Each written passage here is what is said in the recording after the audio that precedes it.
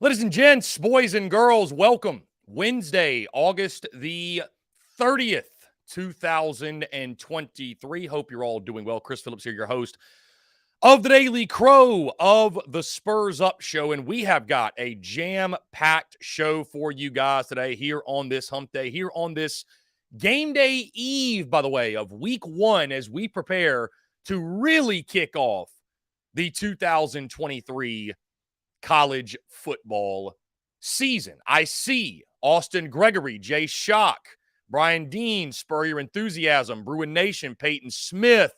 Let There Be Slam is back in the building even. Travie, Brennan M, GA, the whole crew is here. Ethan K, C Youngblood, appreciate you guys. Thank y'all so much. Robbie Davis, John Edward, all you guys are in here. Justin as well. Also those in the Big Cock Club Discord, head over to the TDC Questions channel. The TDC Questions channel, to be sure your questions are answered there. Again, guys, we have got a lot to get into, a lot to discuss. Of course, in our third hour, we have our Q&A Power Hour, taking all of your questions, your comments, your calls at 843-790-3377. That's 843-790-3377. In our second hour, we have my good friend Chris Marler of Saturday Down South and Saturday Football Uncensored. We'll talk all things. We'll touch on week 0, but of course, we'll focus on week 1, including tomorrow's game, Florida and Utah, the game Saturday between the Gamecocks and Tar Heels, LSU, Florida State, everything in between, all things week 1. It's always a pleasure when we get Chris Marler on the show on Wednesdays. And of course, guys, in this first hour, we've got tons to discuss. We've got tons to touch on. And again, guys, I appreciate each and every single one of you tuning in. Like I mentioned, we've set a record this month for podcast downloads. I want to say thank you all so much. Make sure you are subscribed to the podcast. If you did not know we had one, you'd be shocked how many people I meet that do not realize that the Spurs Up Show has a podcast, has a store. It's actually really cool. I will say that because it means that the show, there's still room to grow. There's still room to expand, and that's something that's really exciting. So make sure you subscribe to the podcast, The Spurs Up Show on iTunes, Spotify, Google Podcasts, wherever you get your podcast. Make sure here on YouTube you hit that subscribe button and you hit that bell icon so you get notifications of when we go live and when we drop new video content. We're going live every single day here on YouTube, The Daily Crow, noon to 3 p.m. Eastern time, unless I specify otherwise. But most of the time, you guys can find us here noon to 3.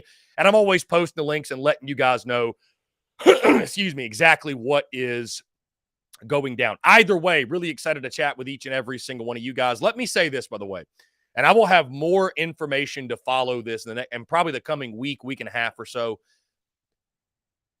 Feedback is a beautiful thing. I am always asking for feedback from you guys, whether it be the podcast, it be social media, it be the live show, it be the store, whatever it might be.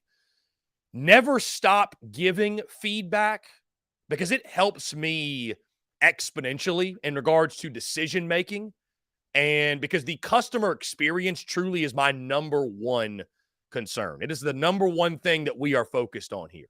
If the end consumer's not happy, then what does it really matter, right? And I mean in the sense of the quality of the product. I know I don't always make you guys happy with takes or anything, but in regards to quality of product, if there's ever an issue, please do not hesitate to let me know. Either way, guys, we have a ton to discuss. Also, we're going to pivot from what I said yesterday. You know, yesterday I thought to myself, okay, we'll talk Shane Beamer's comments, the presser, all that good stuff. And I decided I don't want to do that just because I don't want to, on a weekly basis, try to read in between the lines of coach speak, right? Like there really wasn't anything from yesterday that I would say was this earth-shattering news, this groundbreaking news, if you will, and anything that we really need to spend a ton of time discussing, right? I mean, the biggest news was probably, you know, Juice Wells, Nick Harbor, their status, their health, if you will. Outside of that, it was kind of your typical song and dance, everything that we've already heard to this point from Shane Beamer about the injury report, who's going to play, who's not, what have you. Obviously the practice comments from Shane Beamer took social media by storm. I don't think it's a big deal, guys. The same way we take it with a grain of salt when he says how great they're doing at practice, or when any coach says that, you have to take it with a grain of salt when he says that as well. They're struggling, they're lethargic, they're this, they're that, whatever. We've seen it before, right? You hear coaches say that, and the team goes out and they play arguably their best game of the season. So it doesn't really matter. So on that note, though, I want to start this conversation on a different note. Like I mentioned, we got a jam-packed show, Q&A Power Hour, hour number 3, and then hour number 2, we have our special guest, Chris Marler. As we sit now just 3 days away from kickoff, South Carolina, North Carolina, the Battle of the Carolinas, College Game Day in Charlotte. I don't really have to do a lot to sell you on why this game is a big deal, the importance of this ball game. And I say all of that while also acknowledging that earlier this week I mentioned this was a bigger game for North Carolina than South Carolina, in the sense of, I think UNC, because of the way their season shakes out, their schedule, I should say, shakes out, I think they need this win more than the Gamecocks do, and I stick by that. I also mentioned over the summer, I went on record and explained why this game against UNC, it isn't the quote-unquote most important game of the season, and I stand by that. I 100% stand by that. South Carolina can lose this football game on Saturday and still have a high-quality season. They can lose this game on Saturday and arguably reach all of their goals. But I woke up this morning, with all that being said, I woke up this morning and I had a sense of deja vu. I had a feeling of deja vu, if you will. Because as much as things change, they tend to stay the same in a lot of different ways. And 4 years ago to the date, I found myself in a very similar position before South Carolina took on North Carolina in 2019. Now, let me preface and say this, right? Much has changed. Much has changed with yours truly. Much has changed with the business. Much has changed with South Carolina football, obviously. These two scenarios are not identical. That was year 4 of the previous head coach. This is year 3. Also, I'll go on record and say that no matter the results on Saturday, you're not going to see some post-game rant from me like you saw 4 years ago. But that game 4 years ago in Charlotte, it was most certainly a program-defining moment, even if we did not realize it at that point. And as I sit here today now, looking ahead to this game on Saturday night, I cannot help but feel like this ball game is a potential program-defining moment for Shane Beamer's South Carolina program. I cannot help but feel like this is a game on Saturday that not just win or lose, but the way this game goes, preferably in victory. But this just feels like one of those games, guys, that we get to year 5 or year 6 of the Shane Beamer era, and you look back at the first couple of years, and you look back at wins that maybe they didn't define the program necessarily, but they helped shape what the program is at that current juncture. You know, you look back at year 1, the win over East Carolina in week 2. That's one that does not get talked about a whole lot, right? Doesn't get mentioned a ton. You might recall South Carolina went down early in that game. They were down pretty big, I think by 2 scores. Came all the way back to win on a game-winning field goal. That in a season which South Carolina won 6 games in the regular season. You think about that Auburn game later in the year. How about the Florida game as well? Were those games, do you look and say those are program-defining games? I don't know if you necessarily do. I don't know if that ranks, excuse me, in any Gamecock fans' top 10 of best wins in school history or anything like that. But those wins certainly have helped to shape what the program is today under Shane Beamer. You then look at last year. Heck, beating Georgia State out of the gate, not falling in that one. Beating Kentucky and Lexington. Of course, the low-hanging fruit of beating Tennessee and Clemson. Those go without saying. But there are games that help to shape your program. And this is one for South Carolina. Now, let me be clear. I am not going back on my thought process from earlier in the offseason when I said that this wasn't a must-win. This wasn't the most important because South Carolina, guys, even if they lose to UNC, I'll stick by this.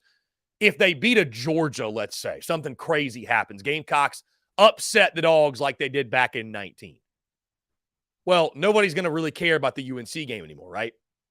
Or let's just say South Carolina steals one against Tennessee or Texas A&M. That can get your season back on the right track. But we mentioned it really early in the offseason.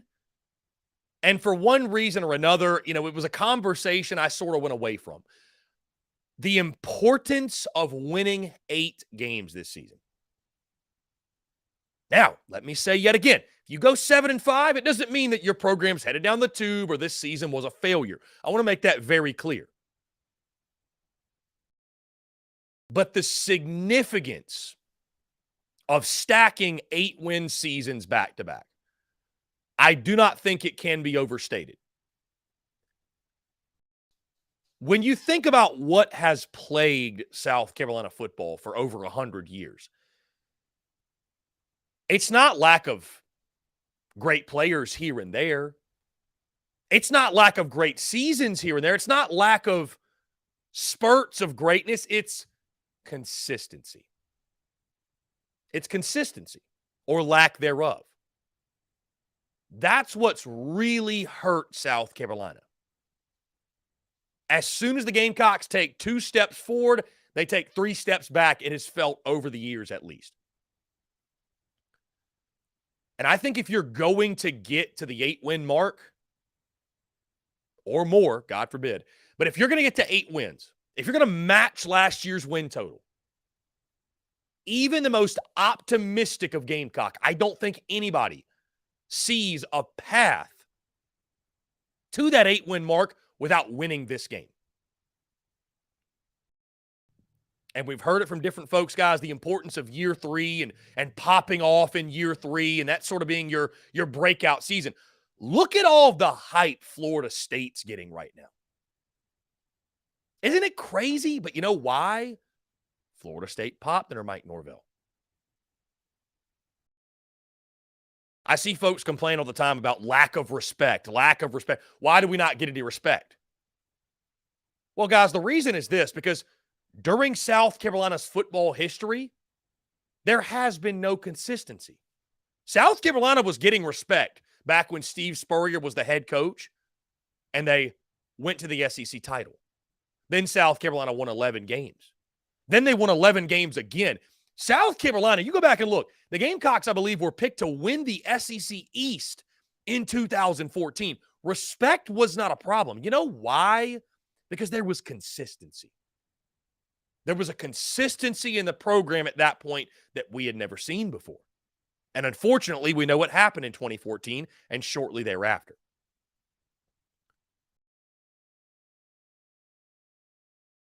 This just feels like one of those program-defining moments for South Carolina. This feels like a game that win or lose does not define success or failure this year. It doesn't define success or failure of the Shane Beamer era. But I think it's going to shape the program. Like it's one of those games. If you lose this game, you can still have a good season. But if you win this game, you bring a great season into the picture.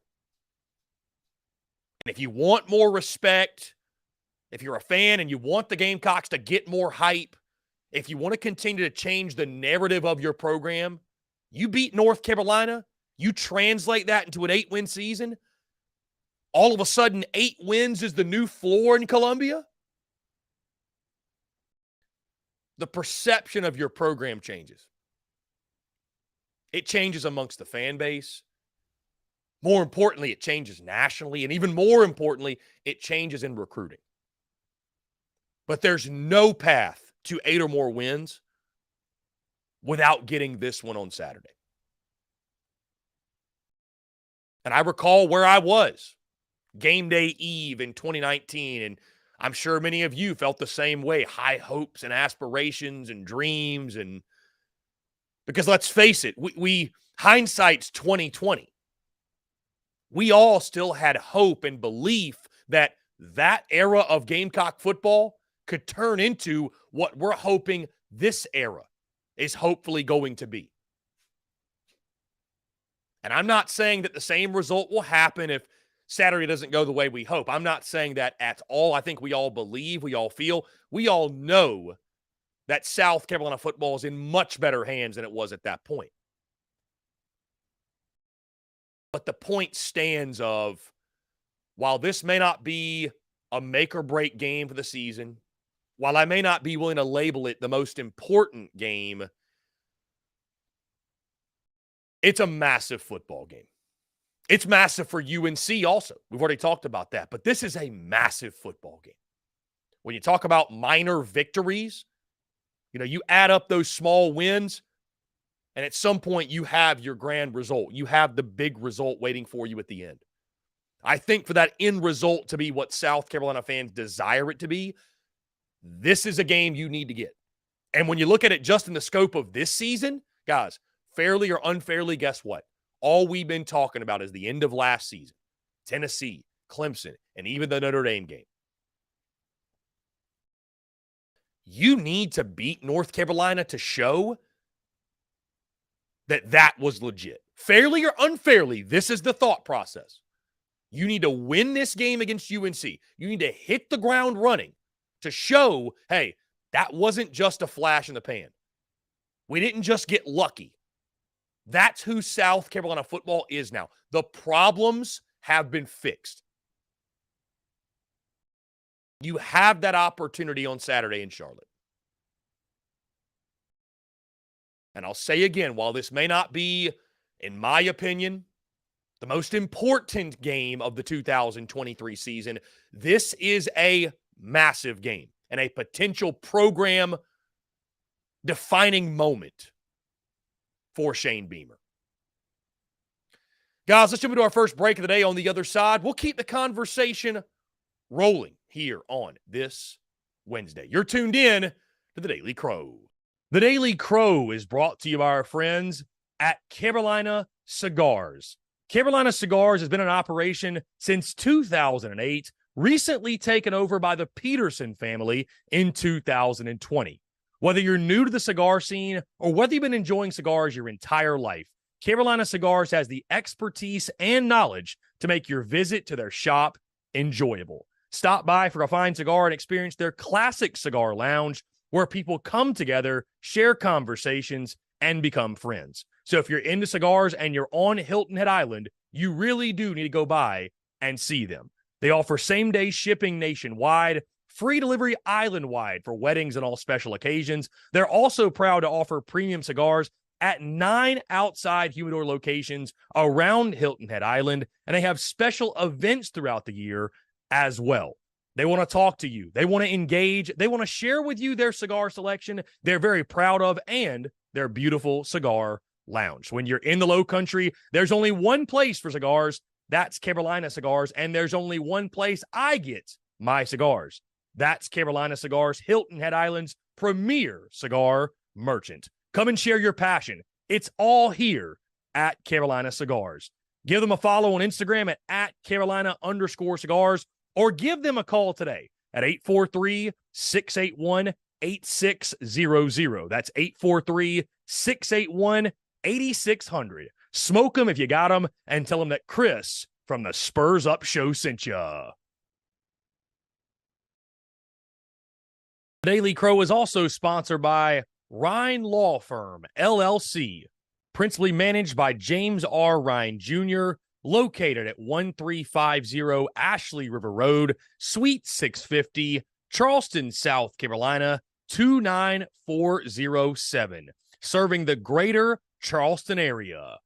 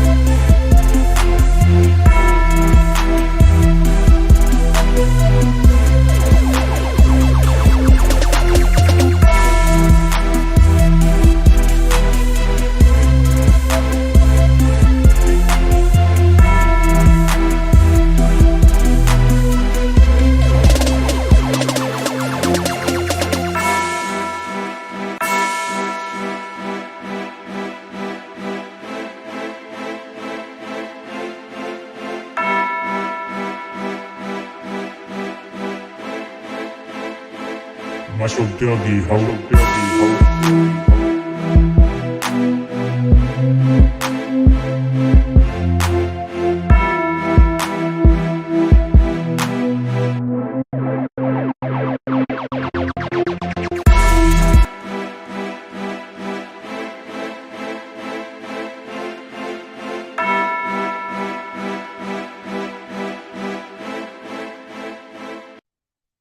All right, guys, we're back here on this Wednesday, August the 30th, 2023. Appreciate each and every single one of you tuning in. Really exciting show today. Again, do not forget we got our Q&A Power Hour in hour number 3. We got Chris Marler of Saturday Down South and Saturday Football Uncensored in hour number 2. Let me also remind you, the TSUS postgame call-in show after South Carolina, North Carolina will air within 10 minutes following the conclusion of Saturday night's game right here, taking your questions, your comments, and, of course, your calls. I mean, I'm expecting a lot of calls, reactions, hopefully celebratory, but really excited for the first ever call-in show, and we'll do that after every single game this season.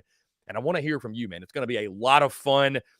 I know it's going to be electric. I can't wait for it. It's going to be an absolute blast. Guys, with that being said, and again, keep the comments rolling, keep the conversation going. I see you all. Guys, if you cannot leave us a question in our third hour, in our Q&A Power Hour, for whatever reason, go ahead and give us a call at 843-790-3377, and we will play that voicemail during the third hour. Either way, guys, we keep the conversation rolling here on this Wednesday.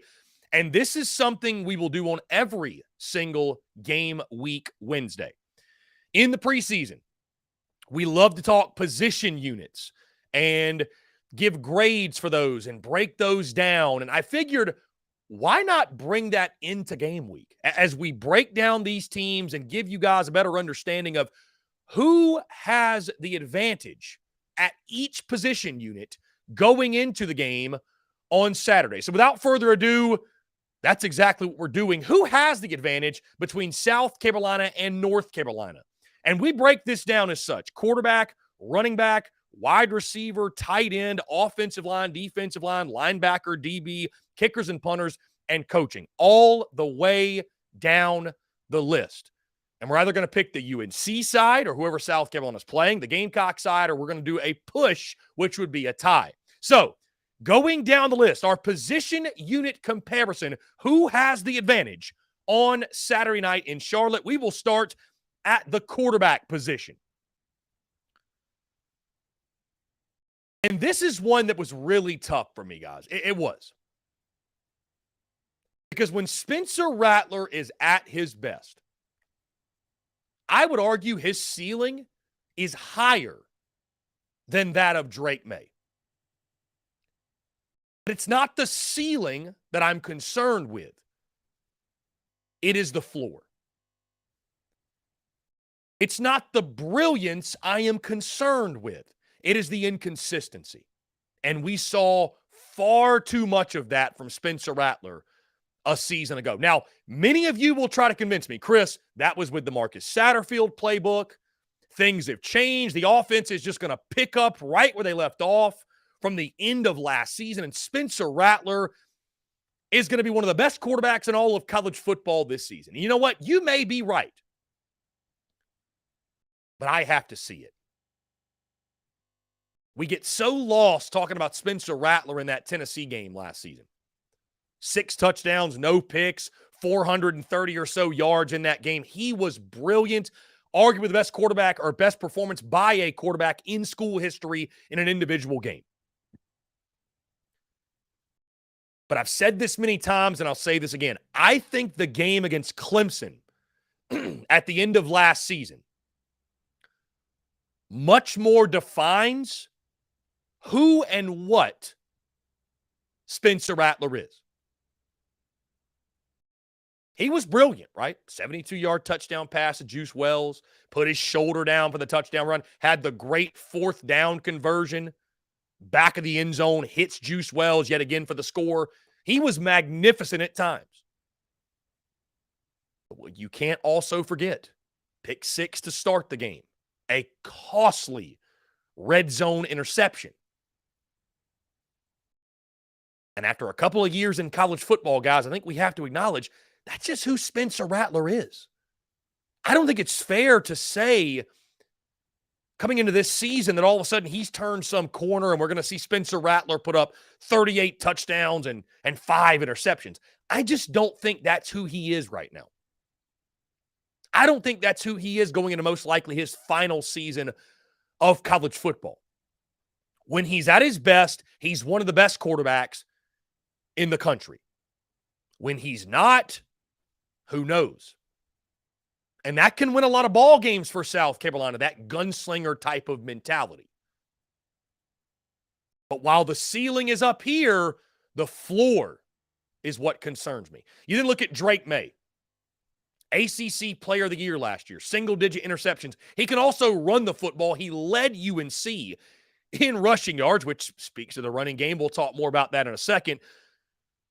But a guy who can beat you in multiple ways. And I understand he closed out 2022 on a very down note. But when I look at both of these quarterbacks, when I compare and contrast them, the knowns of right now and what I can expect to get out of each player, I side with Drake May in North Carolina. I think North Carolina has the advantage, a slight advantage. This is a great quarterback matchup. This is a great quarterback battle. But I give the slight edge to North Carolina at that position. I think Drake May is a legit dude. I think he's a baller. I think he's going to have yet another fantastic season. I think he's going to be a first-round draft pick easily. He's one of the best quarterbacks in college football. I would put him probably at second or third, right behind Caleb Williams. I think Spencer Rattler nationally sits somewhere between 15 to 20. And it's all because of that floor, guys. It's all because of that inconsistency. If Rattler can find that, well, then watch out. He could elevate himself in that conversation. But right now, I give the edge to Drake May and the North Carolina Tar Heels at the quarterback position. Moving to running back. Guys, this is a mystery for both sides. You look at UNC. And we talked with Andrew Jones of Tar Heel Illustrated earlier this summer. And they mentioned the questions in their running game and especially in the running back room. British Brooks, Omarion Hampton, Elijah Green, Caleb Hood, George Pettaway. These are all guys who are options for UNC. But there is no clear-cut starter. You look at their latest depth chart. They have an or right at the top. And you look at the experience. You know, Brooks is a graduate player, sophomore, junior, sophomore. That's how they go in the running back room. Is their experience at the position greater than South Carolina's? I would say so. Is their talent better? We don't know that. It's a complete unknown in that backfield. Like I mentioned, guys, anytime you're coming into a season where your quarterback led you in rushing yards, and I mean, Drake May is not exactly Michael Vick. Your quarterback led you in rush yards. What does that say about your rushing attack, your running back specifically? I then look at South Carolina. We have high hopes for Dakereon Joyner, but the guy has never taken a snap as an actual running back at the collegiate level. He'll get his first start on Saturday. Juju McDowell, I think a very nice piece, serviceable. We know he's not between the tackles, but a nice scat back. He sits at RB2. And then you have the four-star freshman Dontavius Braswell and Mario Anderson, the Newberry transfer. I'm listing this as a push, and here's the reason why. There are just so many unknowns on both sides. There are so many unknowns at each of the respective positions for each respective team. I can't give the nod to one or the other. I cannot sit here and confidently say, yep, South Carolina's definitely got a better group of ball carriers than UNC does. And vice versa. I can't do the same for the Tar Heels either because, guys, who knows? Dakereon Joyner, I don't think it's going to happen, but he might turn into a 1,000-yard back. We have no idea. Juju McDowell could have 500 yards, his best ever season. Dontavius Braswell could break out and be a star freshman. Mario Anderson can turn out to be a contributor. We have no clue. And the same thing goes for UNC. There are just no answers on either side at the running back position. And for that reason, I label it a push going into this ball game. We then move to the pass catchers, the wide receivers specifically. And this is heavily affected, guys, by the absence of Tez Walker. The transfer coming out of Kent State, 6'2.5", 200 pounds. You guys have heard by now, unless you've been living under a rock, the battle with him in the NCAA. Will he be eligible in this game? I am operating as if he will not be. And admittedly, this position unit comparison for the receivers, it is impacted by Tez Walker and the health of Juice Wells. Even without Tez Walker, UNC features a nice array of pass catchers. J.J. Jones, Christian Hamilton, Kobe Paysour, Nate McCullum, the Georgia Tech transfer, Gavin Blackwell, Andre Green Jr., J.J. Jones. The list goes on and on of those talented players. You then look at South Carolina. Guys, I'd argue Juice Wells is better than anybody UNC will trot out there. And that's no disrespect to them. I mean, this guy's one of the best receivers in all of college football. I mean, I think that's a fair claim to make. You then look beyond him. And while there's a lack of proven options, I do like the options past Juice Wells. Xavier Legette is a guy that we've heard about all offseason. He is primed for his breakout campaign in Garnet and Black. You then go to Amarian Brown, who I think is a guy that maybe he hasn't been quite utilized the way he should have been. I think he can make a big impact for South Carolina this year. You look at Eddie Lewis, the Memphis transfer, and what he did for them. The numbers he put up. I think he'll factor in. Omega Blake, a guy that, he has not made an impact to this point, but they have been ranting and raving about all offseason long. And then you look at Nicholas Harbor, who Shane Beamer has mentioned. He is clear and ready to play. How much does he play? We shall see. But you got to love that high-end talent, that high-end potential being at your disposal. When you factor that in, guys, if Tez Walker was playing, I would undoubtedly have a different feeling on this. I would undoubtedly have a different opinion on this. But because of his absence and the status of Juice Wells, that being he will be playing on Saturday night, I give the slight edge to South Carolina when it comes to the wide receiver position going into this ball game. We then move to tight ends. This is one that has been really controversial on social media. And guys, I have no clue why. I have absolutely no clue why.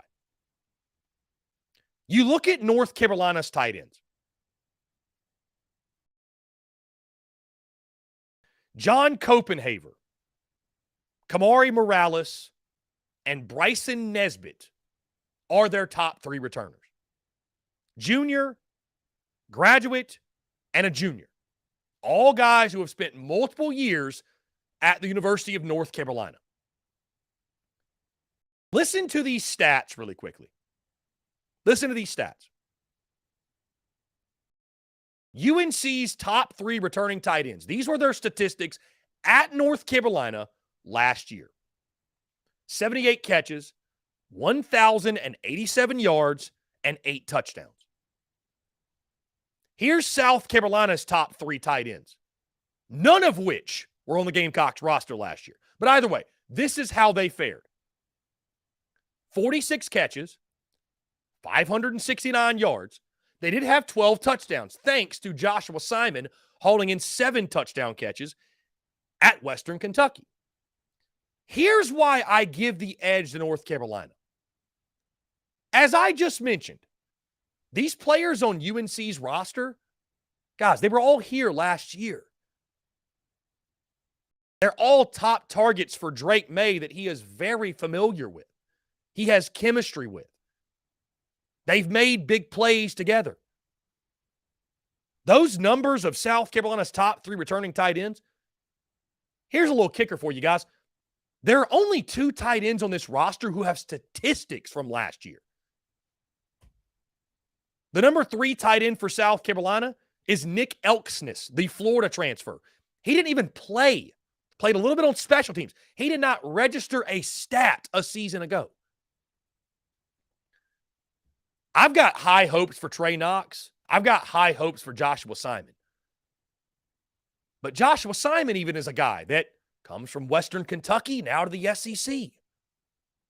What's that transition going to be like? Trey Knox, a guy that, guys, you look back at his stats at Arkansas, they've been fairly pedestrian. Doesn't mean he can't have a breakout year this year, but that's the reality what the numbers say. UNC's got 3 legit dudes. I don't even know how this is a conversation. I just, if you think South Carolina's tight ends are going to be better throughout the year, that's totally fine. But right now, going into season opener, North Carolina has the better tight end group. And guys, it's not even close. It's not even remotely close. And the only way you could figure otherwise is if you have Gamecock blinders on. Because there's just absolutely no way you can look at this objectively and say South Carolina hands down has the better tight end group than UNC. UNC goes 3 deep of contributors. South Carolina can't even say that. I give the nod to UNC at tight end. Let's move to offensive line. This is another one that we're splitting hairs. These are all very close, by the way, except tight end. But a lot of these are very close. The offensive fronts, both these offensive fronts are very questionable, right? I mean, you look at UNC, they were not great at protecting Drake May a season ago, could not get much of a run push for their running backs. Drake May was able to benefit, but outside of that, not much of a running push in the true rushing attack. And physicality is something they're preaching in Chapel Hill, being more physical on both lines of scrimmage. We all know at this point, guys, the issues that South Carolina have with their offensive line. You return 50 less starts. Jalen Nichols is out for the year, most likely. You're going to be starting a pair of transfers, or actually, I think maybe 3 transfers. You're definitely going to be starting, most likely, Sidney Fugar from Western Illinois, Nick Gargiulo from Yale, and heck, a Yale transfer comes in, and he's all of a sudden your best offensive lineman. You got questions all across the offensive line.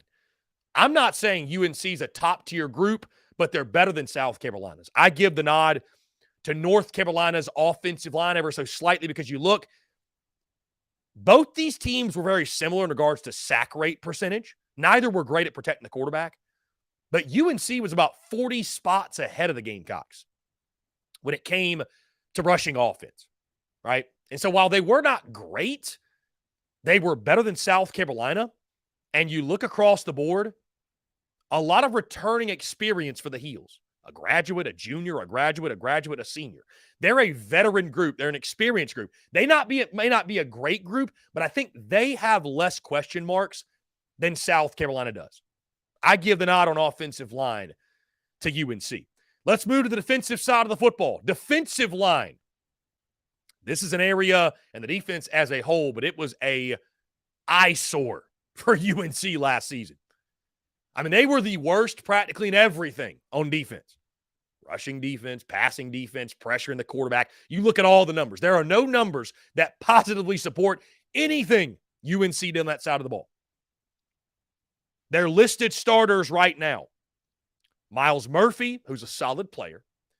Kevin Hester Jr., Desmond Evans. Guys, could you argue that in Gene Chizik's, I believe it's his second year, correct? Either way, Gene Chizik at UNC. Could you argue they take a step forward because they can't get any worse? Sure, but I'm not a believer in UNC's defensive front. You then look at South Carolina, not having JT Gear in this game, the Syracuse transfer, that is a blow. The Gamecocks have real questions at the edge. The return of Jordan Strawn is massive. But who is that other guy? Is it Tyreek Johnson? Is it Terrell Dawkins? Is it Brian Thomas Jr.? Is it Drew Tuizamu, who has just been added to the roster from UAB? That's a big question mark going in this one. You then look on the interior. Tonka Hemingway, Alex Huntley, TJ Sanders, Nick Barrett. This one's really close yet again for me. But guys, it's hard for me to give any nod to UNC on the defensive side. For that reason, I'm rolling with South Carolina's defensive line. I think the Gamecocks have the advantage at defensive line in this ball game. You then move to linebacker. This is one that's yet again controversial. I am very high on South Carolina's linebacker group going into this season, on what it can be, right? That it can be improved from what it's been over the last couple of years. One thing that concerns me is this: the status of Mo Kaba. If they do not have him, if he is limited, that is a big loss for the Gamecocks. Debo Williams listed as the starter on the first depth chart. And I know Debo's improved. I know he's a veteran. But we've seen what we've seen over the last couple of years. And at the other linebacker spot, Stone Blanton, Grayson Pup Howard. I believe Stone Blanton can and will make a big jump, make a big step, but we got to see it. A lot of uncertainty there. And then you're relying on a true freshman in Grayson Pup Howard to fill in a major role. You then look at UNC. Cedric Gray, who registered 147 tackles last year. 147 tackles. Led all of college football, or one of the leaders in college football. Power Eccles, the other linebacker, 6 foot 225 junior. I like what UNC has at the Mike and the Will linebackers. I like what North Carolina has at linebacker. This one's splitting hairs also. It's very, very close. Don't get me wrong. But with no Mo Kaba, and I'm not saying he's out for the ball game, but is he 100%? How much action does he see? I just don't think South Carolina has that leader necessarily. You lose your top tacklers from this group. UNC returns their guy. That reason it's a slight edge. It's a very slight edge. But I give the edge to North Carolina at the linebacker position. We then move to defensive back. And this is yet again where it gets ugly for UNC. They had a slew of transfers hit the portal. And after talking to Andrew Jones at Tar Heel Illustrated, he mentioned, guys, that, in this world of NIL, you're managing a roster. There's no more, they're just kids and we feel sorry for you. No. If you're taking up a roster spot and you're not getting the job done and you're getting NIL, you're getting paid, move along. We're trying to clear roster spots for guys who are more capable than you. That's what happened in Chapel Hill. But this is a secondary, guys, one of the worst in all of college football. They were abysmal. We all saw the highlights last year, Appalachian State, what those guys did to them. They got chopped up by everybody. Their secondary looks like this. Elijah Huzzy, that was a nice pickup for them in the portal. He will start at one corner. At the other corner, Marcus Allen. DeAndre Boykins is listed as the starting star, but what is his status? They picked up Antavius Lane as well to fight at that star position, the Georgia State transfer, but he may not play due to injury. You then look at Gio Biggers at field safety, Don Chapman at boundary safety. Can UNC make strides in the secondary? Can they be worse than they were last year? That's the question we should be asking. Then you look at South Carolina. Yes, there were questions replacing your top two corners, but you got a pair of veterans in Marcellus Dial and O'Donnell Fortune that will slide into those roles. And both guys have played really good football for you, especially Dial, who had 3 interceptions last year. You then go to the nickel, Keenan Nelson Jr., backed up by David Spalding. Either one of those is a great option for South Carolina. And oh, by the way, the secondary, it's headlined by a pair of freshman All-American safeties in Nick Emanwari and DQ Smith. While there may be question marks in South Carolina's back end to a degree, it's nowhere near, what North Carolina is facing.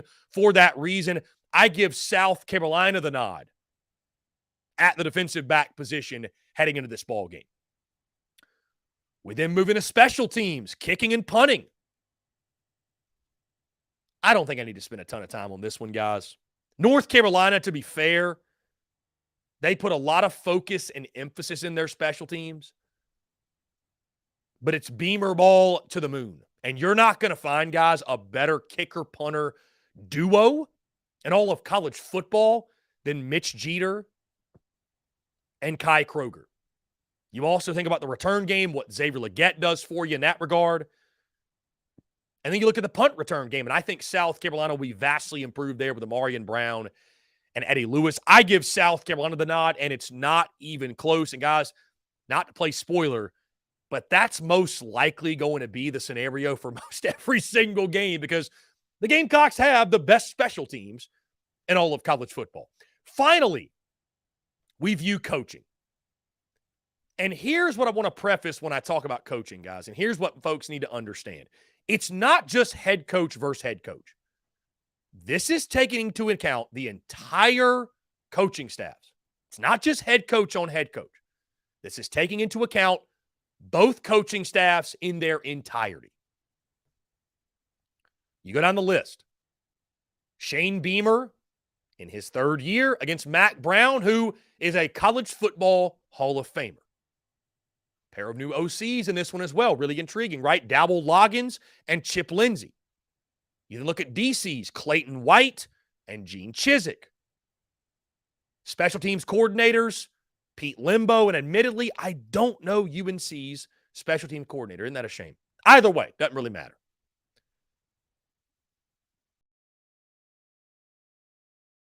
While I understand Mack Brown is a college football Hall of Famer, guys, Shane Beamer's already beat him once. He's already taken care of business once against this guy. Mack Brown even admitted they weren't fully prepared for what South Carolina threw at them. I would give UNC maybe the slight edge at offensive coordinator just because Chip Lindsey's a more proven college OC. Does it play out that way in the season or in their tenures? Have no idea, but I'd probably give a slight edge there, and I'd give a massive edge to South Carolina at defensive coordinator with Clayton White versus Gene Chizik, and then Pete Limbo, of course, having the edge there as well. Is Mack Brown a more established head coach than Shane Beamer? Absolutely he is. But that's not what we're talking about. We're talking coaching. We're talking about the entirety of these two staffs. In my opinion, guys, South Carolina does have the coaching advantage in this ball game. And you think back, guys, to the Duke's Mayo Bowl. A lot of those guys are still there. Shane Beamer found a way to game plan and scheme and beat UNC with Marcus Satterfield as his OC. He found a way to game plan and scheme and beat Mack Brown with his team in year one. For that reason, I give South Carolina the nod when it comes to coaching as well. So look back at the position unit comparison. At quarterback, I favor UNC. At running back, a push. At wide receiver, I favor South Carolina. At tight end, I favor UNC. At O-line, I favor UNC. At defensive line, I favor South Carolina. At linebacker, I favor UNC. At defensive back, South Carolina. Kickers and punters, South Carolina. And coaching, South Carolina. What does it all mean? We'll find out on Saturday night. Guys, let's jump into a quick break. On the other side, we'll keep the conversation rolling, and we'll chat with our good friend Chris Marler of Saturday Down South and Saturday Football Uncensored. All that and more on the other side of this break. You're tuned in to The Daily Crow. The Daily Crow is brought to you by our friends at Carolina Cigars. Carolina Cigars has been in operation since 2008, recently taken over by the Peterson family in 2020.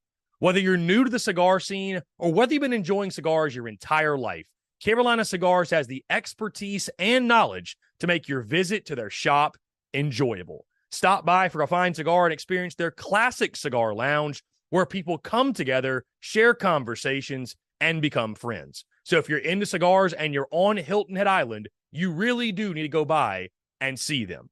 They offer same-day shipping nationwide, free delivery island-wide for weddings and all special occasions. They're also proud to offer premium cigars at 9 outside humidor locations around Hilton Head Island, and they have special events throughout the year as well.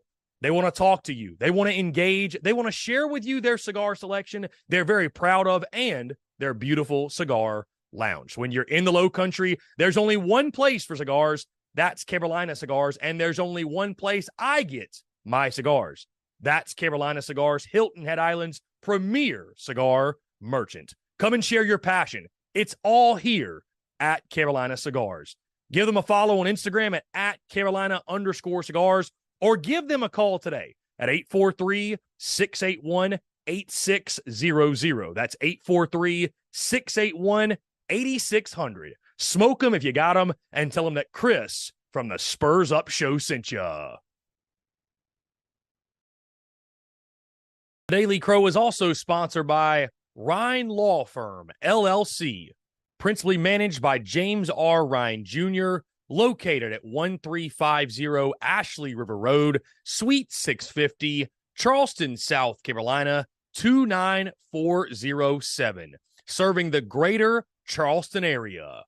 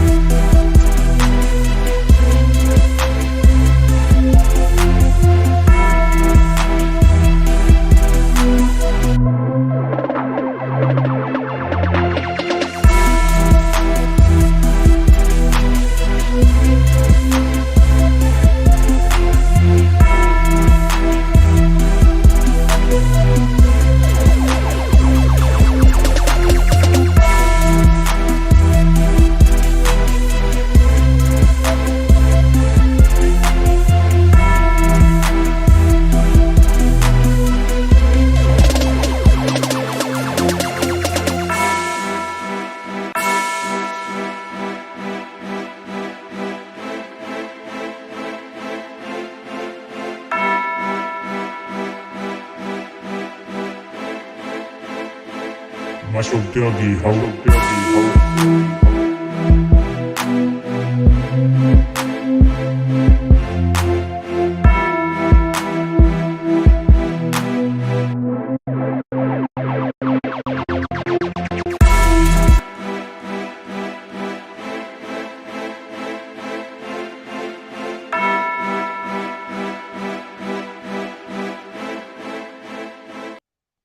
All right, what's up, guys? We're back here on this Wednesday, August the 30th, 2023. Appreciate each and every single one of you tuning in. I see the questions flooding in the YouTube chat. Be sure to continue commenting. Leave us your thoughts, your reactions, everything, guys. Do not forget also, we got our good friend Chris Marler upcoming at 1:15. That being said, we're going to jump right back into it. We probably will not take a break before his conversation because we are diving into what are the keys to victory against North Carolina. What must South Carolina do to ensure a win on Saturday night against UNC? And I've got three main keys I want to discuss, and we'll do this weekly. Yet again, this will be weekly content every single Wednesday.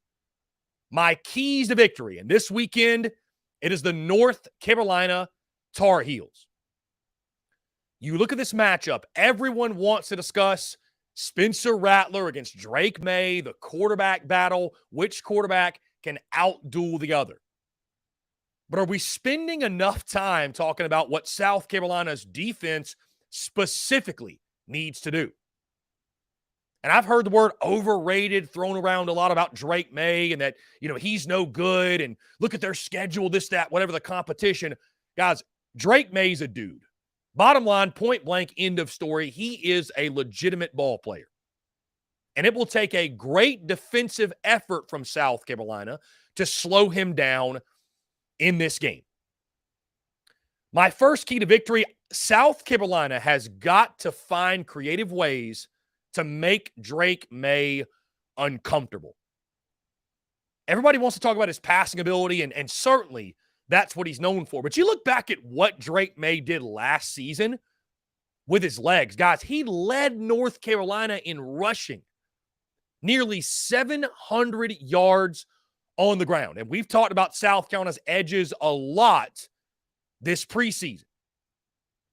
They are going to be stressed, and they are going to be tested in this ball game.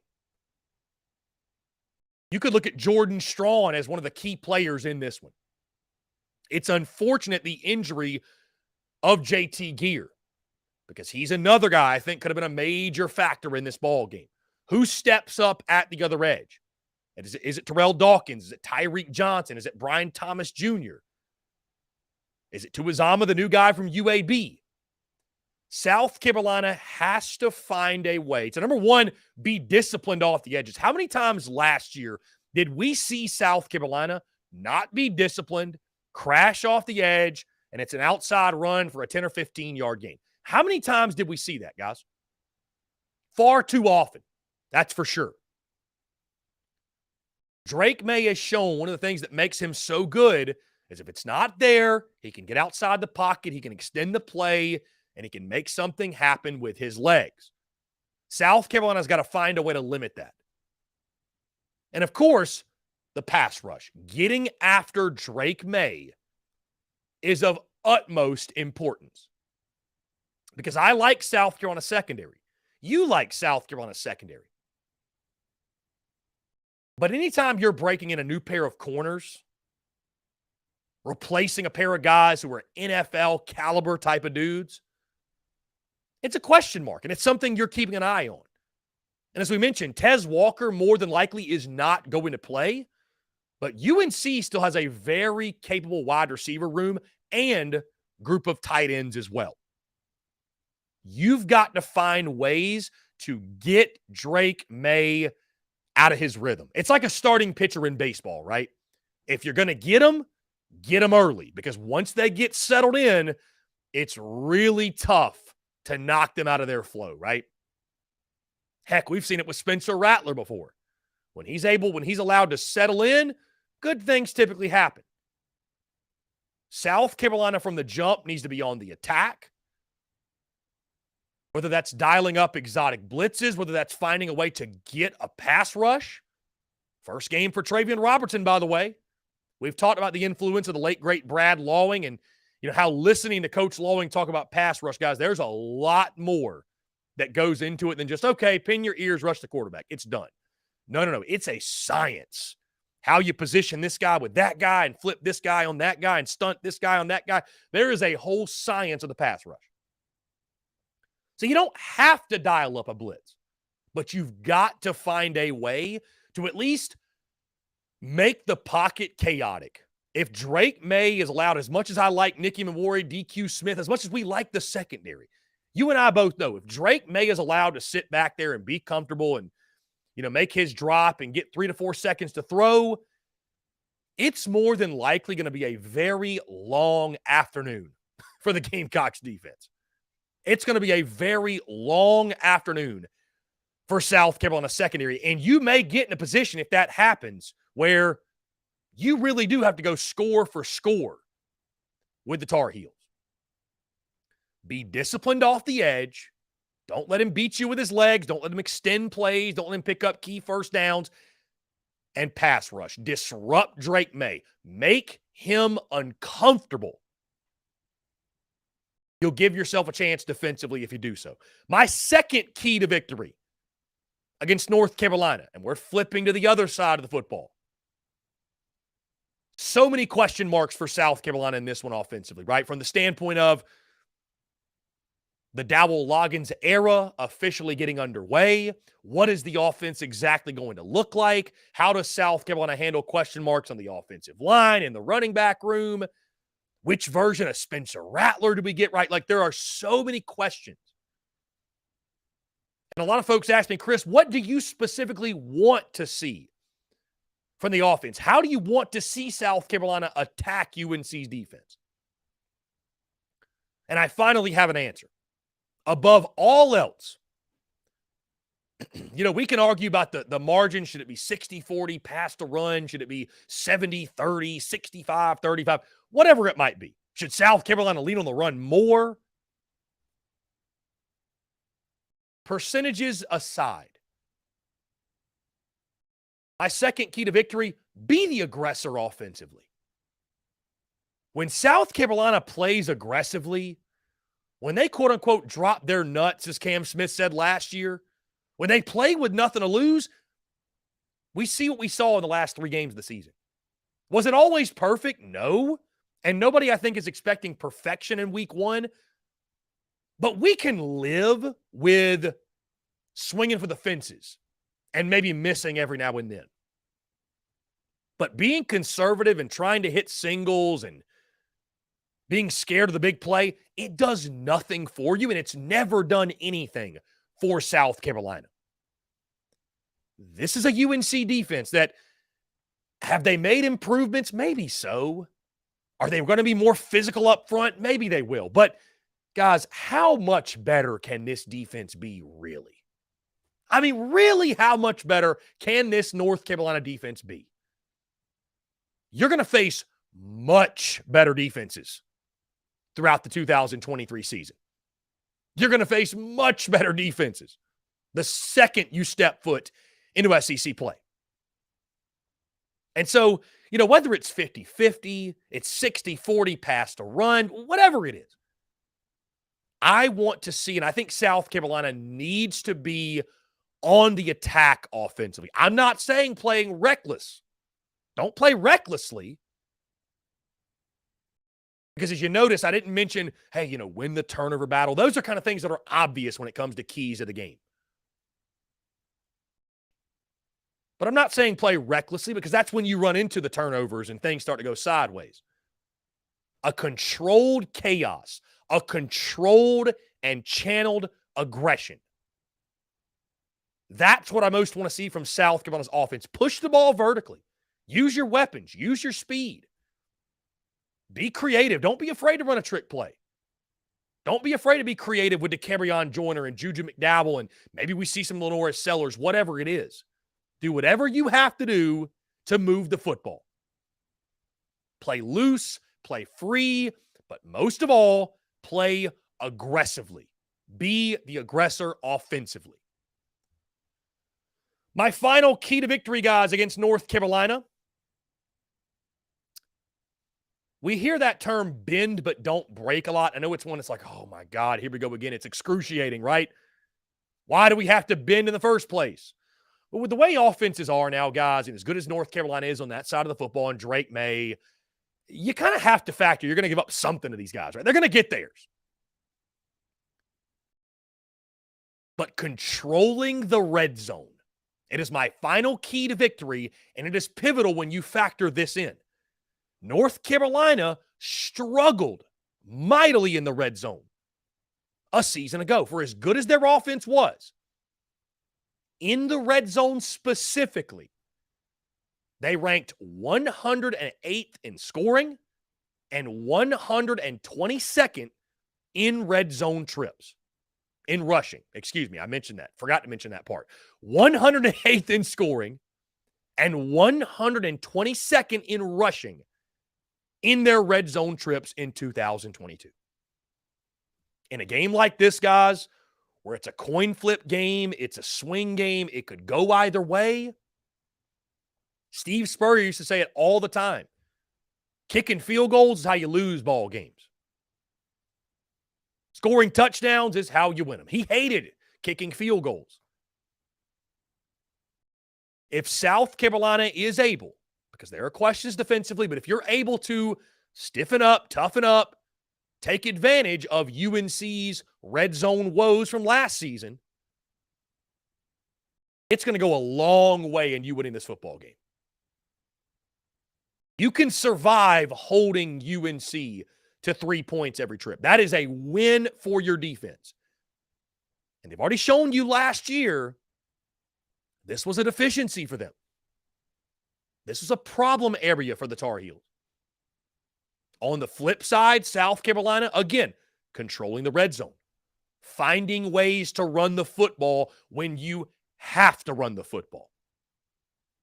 Being creative in that regard. Maybe you see Lenora Sellers take some snaps. Maybe you see some Wildcat. Maybe you see something out of the ordinary.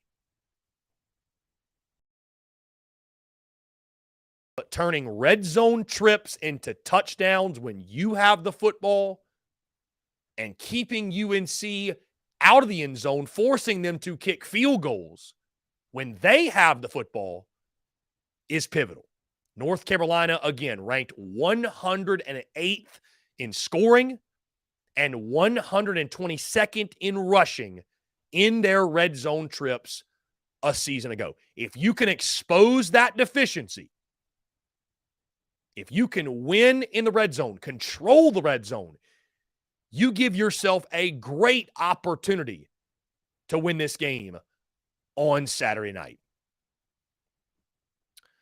Guys, that concludes our keys to victory against UNC. We now await Chris Marler of Saturday Down South, Saturday Football Uncensored. Let me once again, guys, remind you all, we're not going to jump into a break or anything. Let me remind you all that the podcast can be found iTunes, Spotify, Google Podcasts, wherever you get your podcast. Be sure to hit subscribe there, guys. We do the podcast every single day at 5 p.m.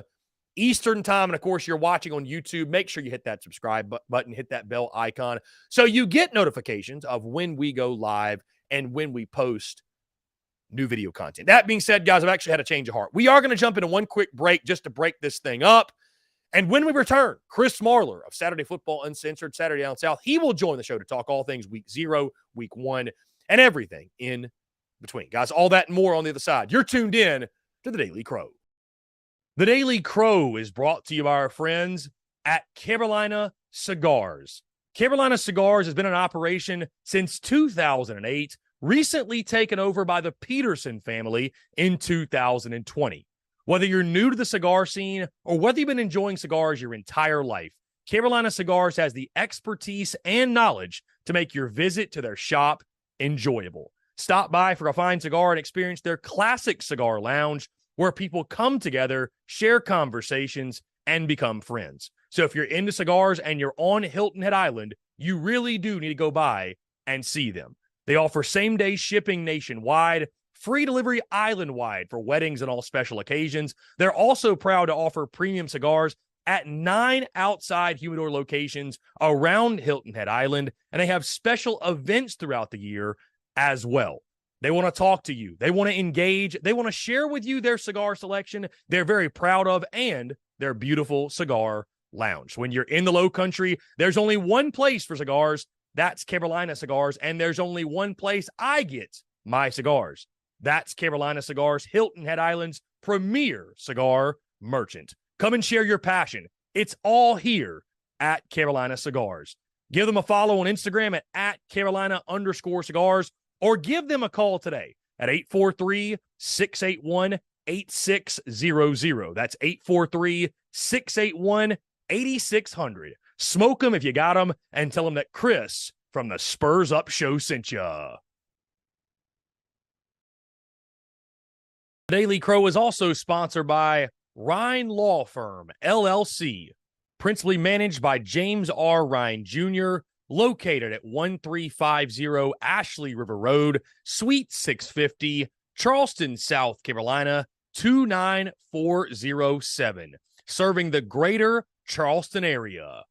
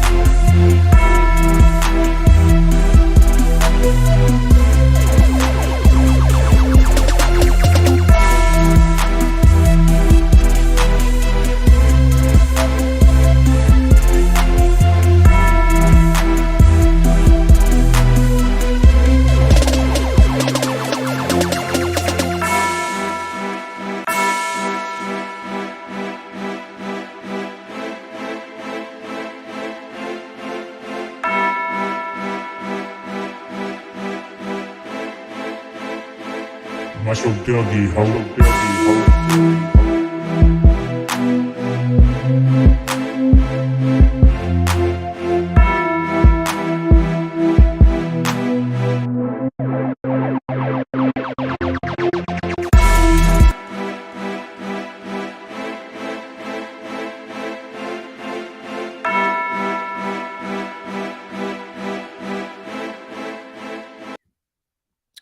All right, guys, we're back here on this Wednesday, August the 30th, 2023. We sit just 3 days away from the kickoff of South Carolina's 2023 season, and we are on game day eve of SEC football in week one. All that being said, he joins us every single Wednesday. Always excited to chat with my friend Chris Marler of Saturday Down South of Saturday Football Uncensored. Chris, what's going on, my friend? How are you? Not much, man. I'm excited. We're 1 day away, so it's like the real stuff kicks in tomorrow. I'm fired up. Should be fun. Yeah, man. I feel like we haven't spoken in a while. We got a lot to catch up on, Chris. First things first, I'm so excited for kickoff, and it's close. when, the offseason for the most part, I mean, the social media apps can get kind of crazy, but it's close when things that would not have riled people up a month ago, all of a sudden you're like, and it's not even something that's that big of a deal. You're like, why is everybody taking this? Like, you can tell, like, the emotional, the you know what I mean? The blood is pumping now. So it feels good to see that, man. It really does. Sure. I posted something about Brock Bowers that I thought was just a logical comment. That was honestly in response to somebody else's take on Bowers, which was an egregious take from Desmond Howard, and somehow Georgia fans, and maybe it's just Georgia fans. I don't know. It probably is because they're about as stable as IKEA furniture. So, but that entire exchange that I had the other day I'm excited for the season to start so we can talk about tangible things on the field. I will say that. Indeed. Chris, before we look at week 1, though, let's look back at week 0 because we did have an SEC team in action. The Vanderbilt Commodores took on Hawaii and unfortunately did not cover the 17.5, which I took and felt really confident about. But either way, no harm, no foul. Clark Lee and his squad start 1-0. I'm not sure if there are more answers or more questions coming out of that one. The secondary, the offensive line, certainly leaving things to be desired against Hawaii. But either way, Vandy starts 1-0. Navy wins big. Southern Cal overcomes a slow start, pulls away. What jumped out to you in week 0? I mean, I know against obviously the Vanderbilt game, the SEC action was notable, but did anything else outside of that jump out? And then your thoughts of Vandy in week 0. I mean, I went 6-2 in my picks, so I went 3-1. I went 3-1. I had a solid weekend. Yeah, so like, and that's all. And I missed the Vandy one as well. I missed USC first quarter. Biggest takeaways, I tell you what, that running clock is weird. I don't like that. If you go out of bounds, it feels like the clock should just stop. But that's something we're going to have to get used to. So I've been saying this all offseason, you're going to see a natural drop-off in points. Maybe you didn't see it as much when you talk about USC or Notre Dame, but like you're going to see a natural drop-off in points, I think, for some of these offenses that aren't as high-flying as what we saw with USC, especially – Notre Dame looked good. I thought Hartman had really good numbers. If you were watching the actual tape and you go back and look at some of the throws he had, he was late on a bunch of his throws, but I think they'll probably iron some of that stuff out. They don't really have to play anybody until the end of September when they get Ohio State. But they're going to be good. Like, Notre Dame's going to be good. They're going to do what they always do, which is, somehow challenge for a 10-win season and somehow get to like a New Year's Six Bowl most likely. Other than that, like Vandy, the biggest concern is you're not able to run the football against Hawaii. That's a concern. Like that's a massive concern. But like you got to win. It was cool that you had a little summer camp vibe going on in the corner of the end zone, under the big tent. So that was nice to have some of the Cirque du Soleil shit they had going on over there. And other than that, I mean, it was like that was pretty much it. It was a very lackluster weekend in terms of games. But yeah, man, I'm just excited to get to the actual good stuff this week. Well, let's move into that, Chris, because tomorrow night, just over 24 hours from now, Florida travels out to Salt Lake City to take on the Utah Utes. And Chris, what I've noticed in this game is a couple of weeks ago, it was like, hey, Florida's terrible. They've got the 14th best quarterback. They're 13th or 14th in the power rankings, like this, that, whatever. Over the last couple of days, I'm starting to sense a lot more optimism on the Florida side. And, you've got folks going on record and picking the Florida Gators to not just cover, but win. That spread's been sitting around 7.5. I think now it's at 6.5. Florida's the underdog. The status of Cam Rising, Utah's quarterback, obviously plays in.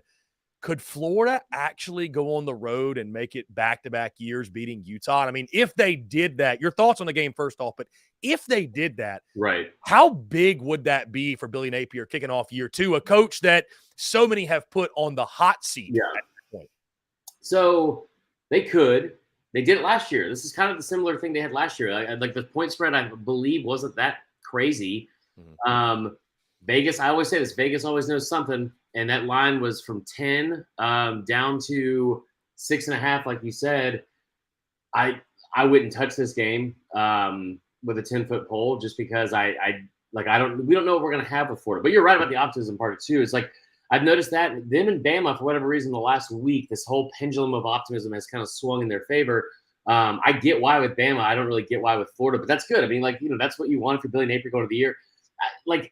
What it does for him I don't think any of us know how much of a hot seat he's on, because if they win 6 games this year, it's an incredible job. If they win 6 games next year, it might be an even more incredible job. But it might not also be up to the standards what they have, because that schedule is so brutal, and what they have like coming in, it's going to take a minute for them to put Florida back where they were. I think that when you talk about what it does for him as a resume standpoint, this is going to sound bad. I don't think it matters at all, because we're prisoners of the moment in general. And college football has become, and with social media especially, it's such a what have you done for me lately type situation.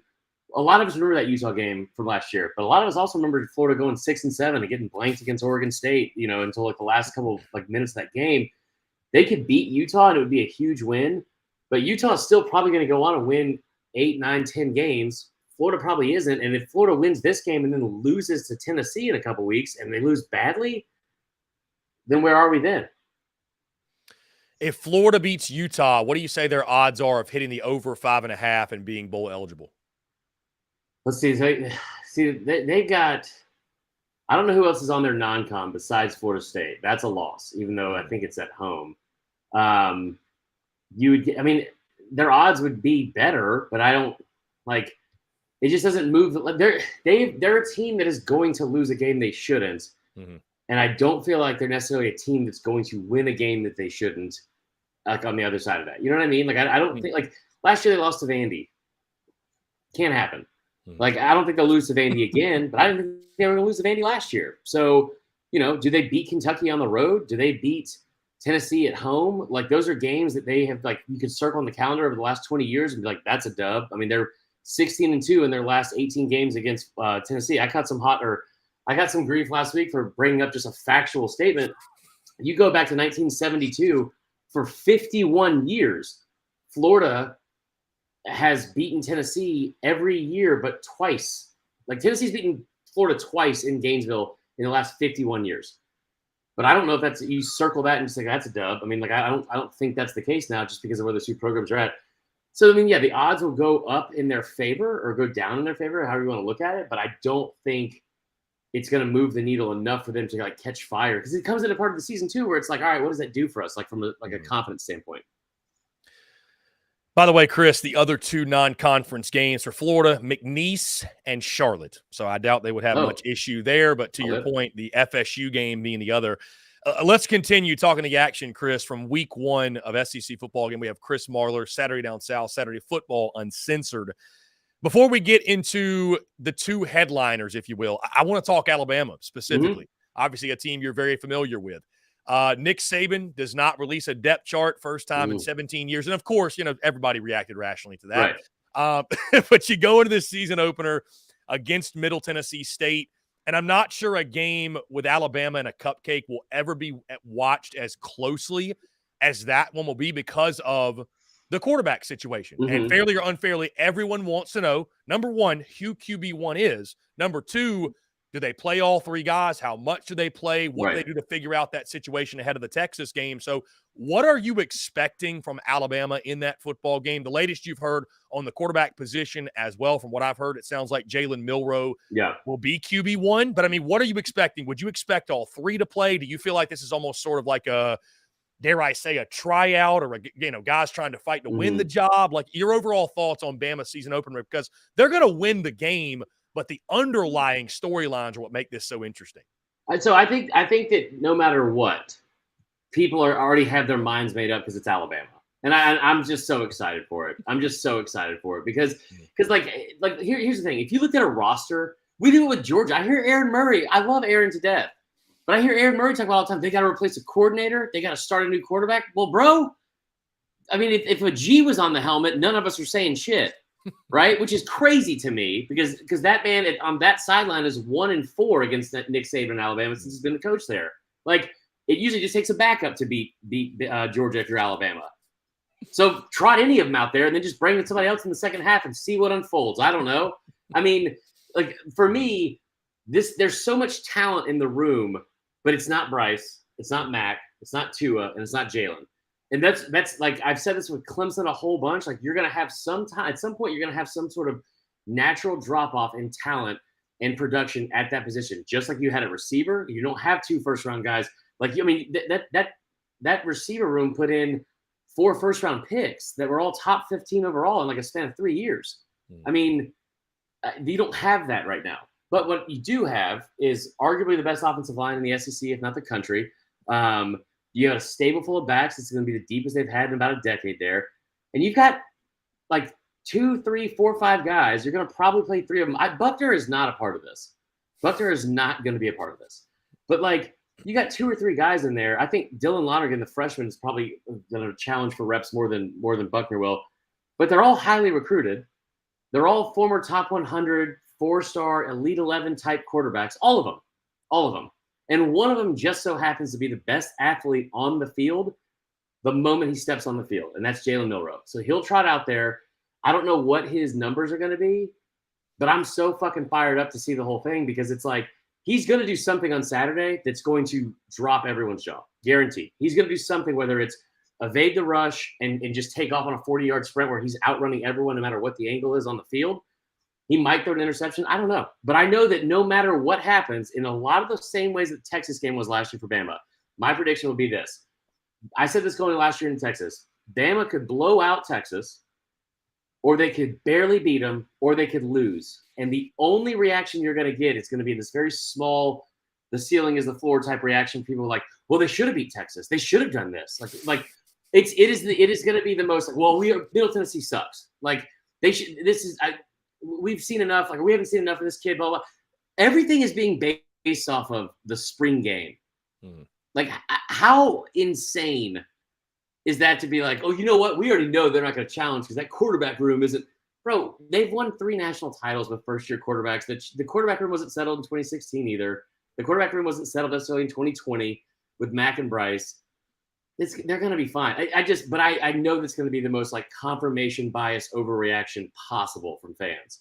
And I mean, it is what it is. We'll find out week 2. Now, Chris, the 2 headliners of the weekend, of course, South Carolina, North Carolina, and LSU and Florida State. We'll start with the Gamecocks and Tar Heels. Where do you lean in this matchup? It's fascinating. Spencer Rattler and Drake May. I think these 2 teams are actually eerily similar. 2 brand new OCs, 2 questionable running games. I think South Carolina has more answers defensively than UNC because UNC was just flat out abysmal a season ago. You factor in Beamer ball as well, but this should be, I think, one of the best games of the weekend. Neutral site in Charlotte. The spread obviously is floated around. UNC is the favorite at 2.5. I love the under, by the way, Chris, in this game. I think that I do. I love the under 64, man. Okay. I think with some of those moving pieces offensively, you mentioned a running clock. It wouldn't surprise me if the game got off to somewhat of a slower start than folks were expecting. And I'm not saying it's going to be some defensive slugfest by any means, but you're giving me 9 touchdowns total. I'll take my chances and roll with the under. Either way, though, Chris, you look at this game, it's a massive game for both sides, a tone setter for each of the 2 programs. Your thoughts on the Battle of the Carolinas on Saturday night? I love South Carolina here. I do. And it worries me how much I like them because they're a 2.5-point underdog and that line hasn't moved. But I really do think it's a factor of one thing and one thing only. And that is the casual bettor across America sees a couple of things here. Drake May is going to be a top 5 pick in the NFL draft. That Carolina blue sure is pretty, and that Jordan logo is also pretty on it. So it's like North Carolina is probably a bigger brand, even though they probably shouldn't be nationally than South Carolina. They had a better season a year ago. They have a more high-profile player. I was shocked when I learned this morning that from a roster talent standpoint, UNC is ranked 17th in the country. They're 6 spots ahead or 5 spots ahead of South Carolina. Listen, this is like I don't believe when you look at the rosters that South Carolina has a worse roster than North Carolina. And I understand what the numbers say and all that kind of stuff, but I don't believe it. And I hope Juice Wells is healthy. I hope Nick Harbor. I hope everyone on that offense is healthy and ready to go. If he can keep Spencer Rattler upright. But here's the thing, man. That defense for Carolina was fucking terrible. Like North Carolina, it was fucking terrible. Just terrible. So my main question is, can Spencer Rattler play? It doesn't have to be the game he played against Tennessee, but there's only 2 games in the regular season last year, just 2, that Spencer Rattler left the game with more touchdowns than interceptions in the game. Only 2 in the regular season. That is not good. You like were last in the league in turnovers for 2 years in a row in Beamer's first 2 years. He mentioned at media days, you gotta kind of shore that kind of stuff up. A lot of people think fumbles are like, just like a factor of luck. So maybe there's some room to improve there. 2 years in a row, that was not good. You were 126 in the country last year in total turnovers lost with like 27. I assume you improve on that, but from year 1 to year 2, you somehow got worse. I think that they are going to be better up front. I hope the D-line is as good as they were a year ago, hopefully better, even though they lost some key components off that. But I just look at the South Carolina, and here's the thing too. The question marks, after all I just said, the question marks are still way more plentiful for UNC. Like when you talk about a team, I look at what Spencer Rattler, I think he's capable of doing. I like what they have at receiver better than North Carolina. I like what they have like at the skill positions better than North Carolina. Not at quarterback, but who the hell is May going to throw to? Right? Like, I mean, like they lost their offensive coordinator a year ago. They got to replace him. Phil Longo's now up in Wisconsin. That's a huge loss because he's been phenomenal everywhere he went, especially with quarterback development. I just think that when you look at South Carolina, and I know they have a new coordinator as well coming in, you're better at the skill position. I think you're going to be better, or at least like you're not going to be as bad as UNC was on defense. I mean, so you check 2 boxes there. Where does UNC do better than South Carolina besides a cooler uniform? And that's maybe up for debate. I don't know. Like, I mean, like, and here's the other thing too. Special teams. I know that you guys love talking about it because of Beamer Bowl and all that kind of shit, but that's a huge deal. I mean, I don't want to get crazy here because I have South Carolina picked to not only win the game, I think they win by 10 points. Like I think UNC is a facade of a contender in the ACC because it's one player, and I don't think he has enough around him to make a big enough deal. And then every layer you look at it, it's like, all right, well maybe he'll get coached up from Longo like he did the first season or like last season. Longo's gone. Like I mean, I like South Carolina. I like South Carolina. I don't want to say emphatically, but I also kind of want to say emphatically. And Chris, to echo your point, I'll say this. I'll drop my official game prediction on Fridays every single week of the college football season. So I'm going to wait till Friday to lock in a prediction. But I'll just say this. The spread when it opened up as UNC is the favorite surprised me. The fact UNC's been the favorite the entire offseason has also surprised me. Yeah. It's almost like you said, a weird spread because they don't build those mansions out in Vegas off of winners' money. So it's surprising to say the least. We moved to LSU Florida State again. That's the headliner, Chris, on Sunday night. 2 great programs, 2 great teams, at least in the preseason rankings. Florida State's so interesting to me because, folks will look at them and say they're a college football playoff contender or the most overrated team in college football. Meanwhile, you've got LSU looking to go back-to-back in the SEC West. And, this is a game that LSU – they could lose and still achieve their goals, but I've talked with LSU folks, and they've labeled this the most important game of the season for them, especially getting revenge for last year. Your thoughts on this game, again, from the college football fan perspective? Yeah. I mean, this is going to be a great matchup, a lot of fun to watch, 2 great quarterbacks as well. Thoughts, which way do you lean in this one? Who do you favor in LSU, FSU? Well, one, I want to know the names and addresses of every single person that said this is the biggest game on their schedule because they're lying through their teeth. That being said, I like Florida State. I think Florida State's real. Here's the thing. I've said this all offseason, and LSU, I could be totally wrong. I could be totally wrong about LSU. I think they're going to be really good. I think they're going to do a great job in terms of improving at every single they might have gotten better at a bunch of key positions. I know they got better at offensive line. They gave up 45 sacks a year ago, right? It was like second worst, I think, in the country. It was definitely worse or second worst in the conference. I mean, and worst they've had in quite some time. Jaden Daniels, is he going to put up a 28 touchdown, 3 interception season again like he did a year ago? I don't think so, but maybe he will. You've got talent everywhere on offense at least. Mason Smith might be a big deal that he's gone. Who knows? Who knows? But Florida State dominated this game a year ago. And I mean dominated this game. 74% of LSU's total yards came in their last 3 drives. This was I heard it all last season. The LSU fans immediately, as soon as they started getting a couple wins under the belt, we should have beaten Florida State. No, you shouldn't have. Florida State fumbled on the 1 yard line to go up by 2 scores with a minute and a half to go. Now, credit LSU for being able to stay with it and keep coming back and like not giving up. And they did a great job of late in that game being able to put up some points. But you got dominated all like throughout that entire game. Maybe there's a massive revenge factor. But the thing about week 1 games is that you have no room to overlook them. And this game matters way more to the resume of Florida State than it does to LSU. Because I can guarantee you what Florida State doesn't have in their back pocket is the ability to go through an SEC schedule and go rip off 10, 11 wins and then still potentially get into the college football playoff. If Florida State loses this game, they could still be in it. But you got to have a lot of other stuff happen like the rest of the year, not only from you, but also from other teams for you to get into the playoff, in my opinion. Like you got to hope that the Big East or Big Ten East just, cannibalize itself, and the Pac-12 is the same thing, and the Big 12, most likely, right? That being said, man, I love Florida State. They return not only all 5 offensive linemen, they return from the experience of the offensive line a combined 205 starts, which is unheard of. At the skill position, fantastic running back. I love Johnny Wilson. He's an absolute mismatch at 6'7". Some of these other guys like Keon Coleman, you get in the portal. Jaheim Bell, obviously, guy you guys are familiar with. I mean, they've got talent everywhere on that offense. They returned 17 starters. I just like Florida State, and I'm fully ready to be absolutely wrong about LSU. But I do think that Florida State, this game matters and means way more to them in the long run. And not saying that means that that's what's going to be the deciding factor, but there's nowhere to overlook anyone in this game. Like you don't have conference play coming up next week for Florida State. Like this is the one you've had circled all offseason. You're on Sunday night by yourself.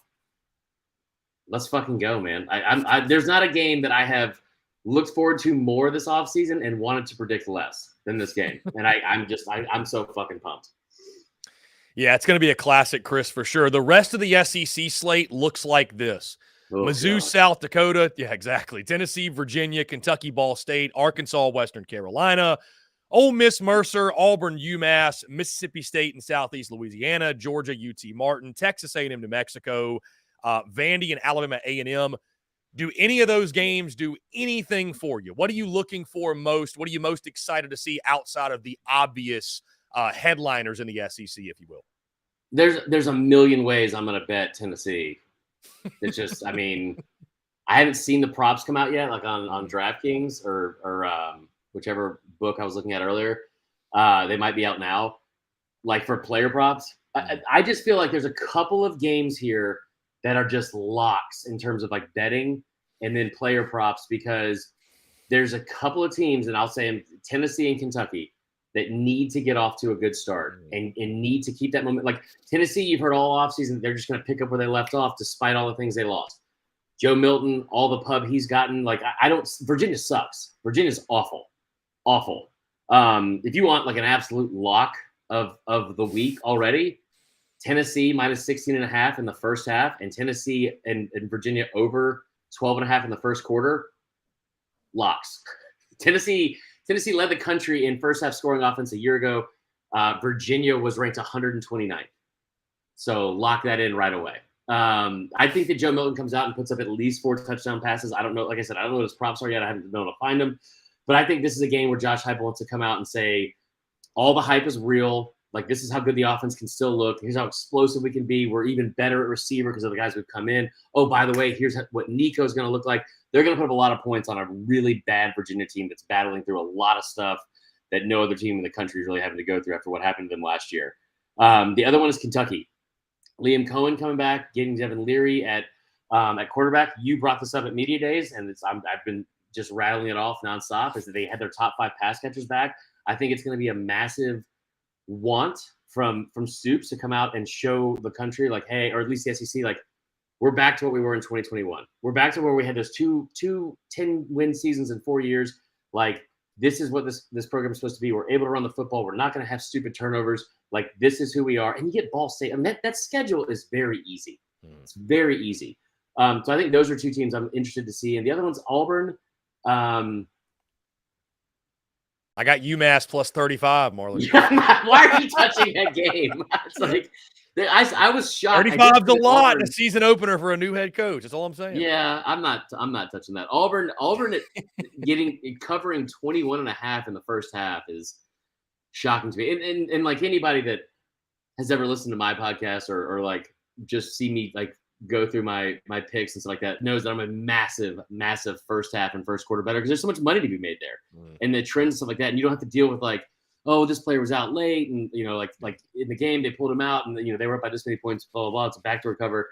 I'm staying away from that, but I am interested to see what Peyton Thorne looks like. Voted a team captain, which is a big deal, especially him being so. I mean, it's interesting that he was voted a team captain, and Robbie Ashford's been there, throughout all the stuff they went through last year. But I'm interested to see what that looks like, see what they have in skill position, see if that offensive line's better. Mississippi State it's like we're gonna sad cheer for them. I think all of us like I hate to say it like that. And the last one is A&M, man. I don't know who they play. The only thing I'm looking for in A&M, the only thing, does Jimbo Fisher come out of the tunnel with that fucking Cheesecake Factory menu play sheet? It's like 17 pages long, or does he just come out with empty hands and let Bobby Petrino do his job? That is an actual thing I'm going to look for this weekend for sure. It is New Mexico that Texas A&M will take on in College Station, the Mighty Lobos, a 7:00 kick. That game is actually on ESPN, so we can all watch How? That. I don't know. What channel are you on? I don't know. We are South Carolina is on ABC. Okay. So, all right. Yeah, ABC. Fair. Yeah. And, of course, Bama and Middle Tennessee State, the SEC Network game. So we'll have a ton of good games on that night for sure. Chris, the best of the rest in college football in week one, what jumps out to you? Of course, TCU, Colorado, Clemson, Duke on Monday night, West Virginia, Penn State, I think could be a really interesting game. What do you most like? What are you most excited to see that's not an SEC game? I want to see what Ohio State's quarterback situation looks like for sure. I think that'll be kind of interesting. Duke and Clemson will be interesting because Riley Leonard's a good quarterback, and they've got a couple of dudes on there. They got an offensive tackle that's going to protect his blind side that will probably be a first-round pick. It's a 9-win team from a year ago. I don't think they beat Clemson. It'll be interesting to see what that offense looks like though with Garrett Riley. TCU, Colorado. I just like. I fucking hope TCU puts up 100 on Colorado. I am like, I think at some point we'll all probably like. I didn't think I was going to hate Colorado this much. I really didn't, and I feel like I hate him more not because of Deion or anything. There, it's probably just because of RJ Young and my dislike for him, and he just hasn't shut up about it all off season. But like, what does Colorado look like? What does the roster look like? Is it as bad as some people think it's going to be? And then what overreactions we're going to have from them?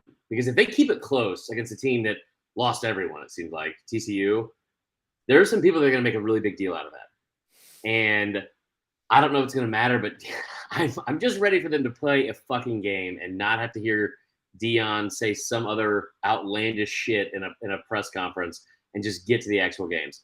Other than that, man, I can't really think of much like outside of the footprint of the conference, but that's the Penn State thing I think is interesting because I want to see what Drew Allar looks like. I think West Virginia is garbage, but I think that Drew Allar is going to be really interesting because like how do they use him at QB? It's a former 5-star with a ton of talent, but he's also got a backfield that's incredible. So it might be like the best running back tandem in the country. So how do they use that as well? But yeah, there's some good games. I'm glad we get 5 straight days of it for sure. I'd say another one too, man. I'm kind of interested to see what UCF looks like tomorrow night. And low key, Washington versus Boise State is another one that I think could be kind of interesting just because of like the roots there with the QB leaving to go to Washington from Boise. What does Michael Penix look like? I am excited as like hell for the entire season of people trying to pronounce his name and just waiting for the first slip up because it's going to happen and I can't wait. I just hope it's not me. 2 games you didn't mention, I'll add, Chris. I'm excited for Georgia Tech, Louisville on Friday night. Just intrigued to watch a little ACC action conference. I didn't want to say that, but yeah. I'm there. I'm that desperate for college football. It's in Atlanta. It is in Atlanta, yes. And then Saturday night late, UCLA and Coastal Carolina. Grayson Hall goes out to the West Coast. So that little 10:30 action. I know. I'm actually very pumped for that as well. But the good news is this, Chris. We made it. This time next week, we'll have actual games to react to talk about, to then look forward to in week 2. Congratulations, my friend. Excited to be here with you. Yeah, man. Taking the time as always. It's always a pleasure to talk college football with you.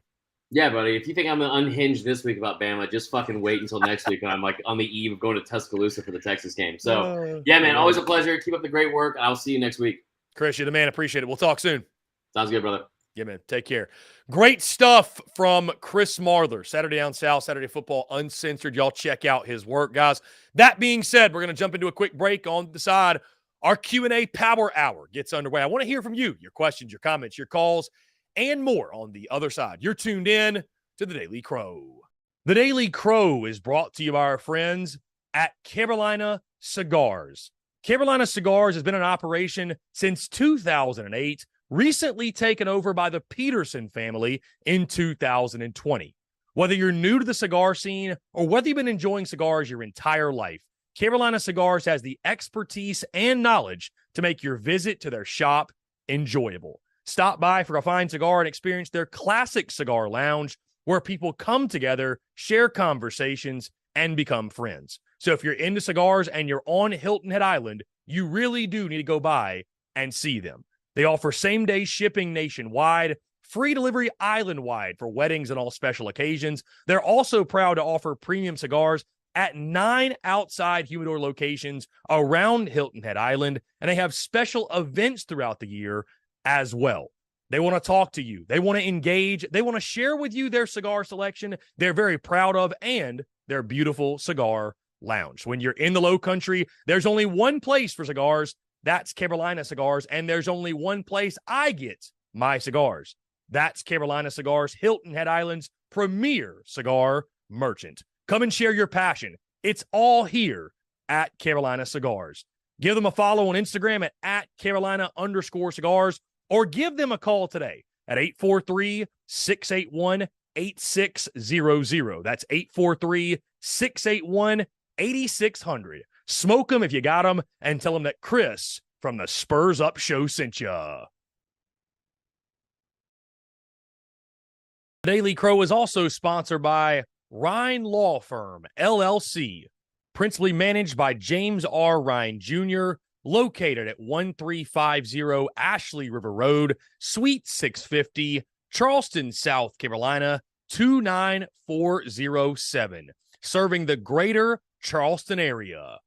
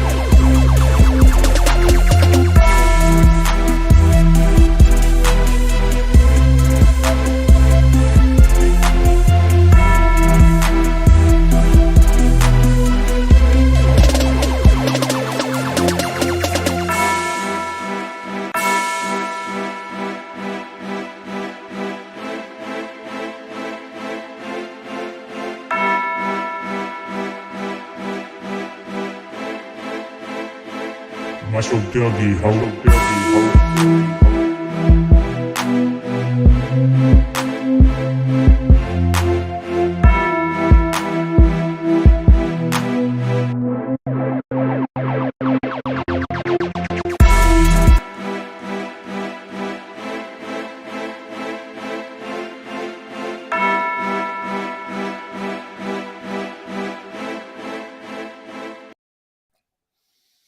All right, guys, are back here on this Wednesday, August the 30th, 2023.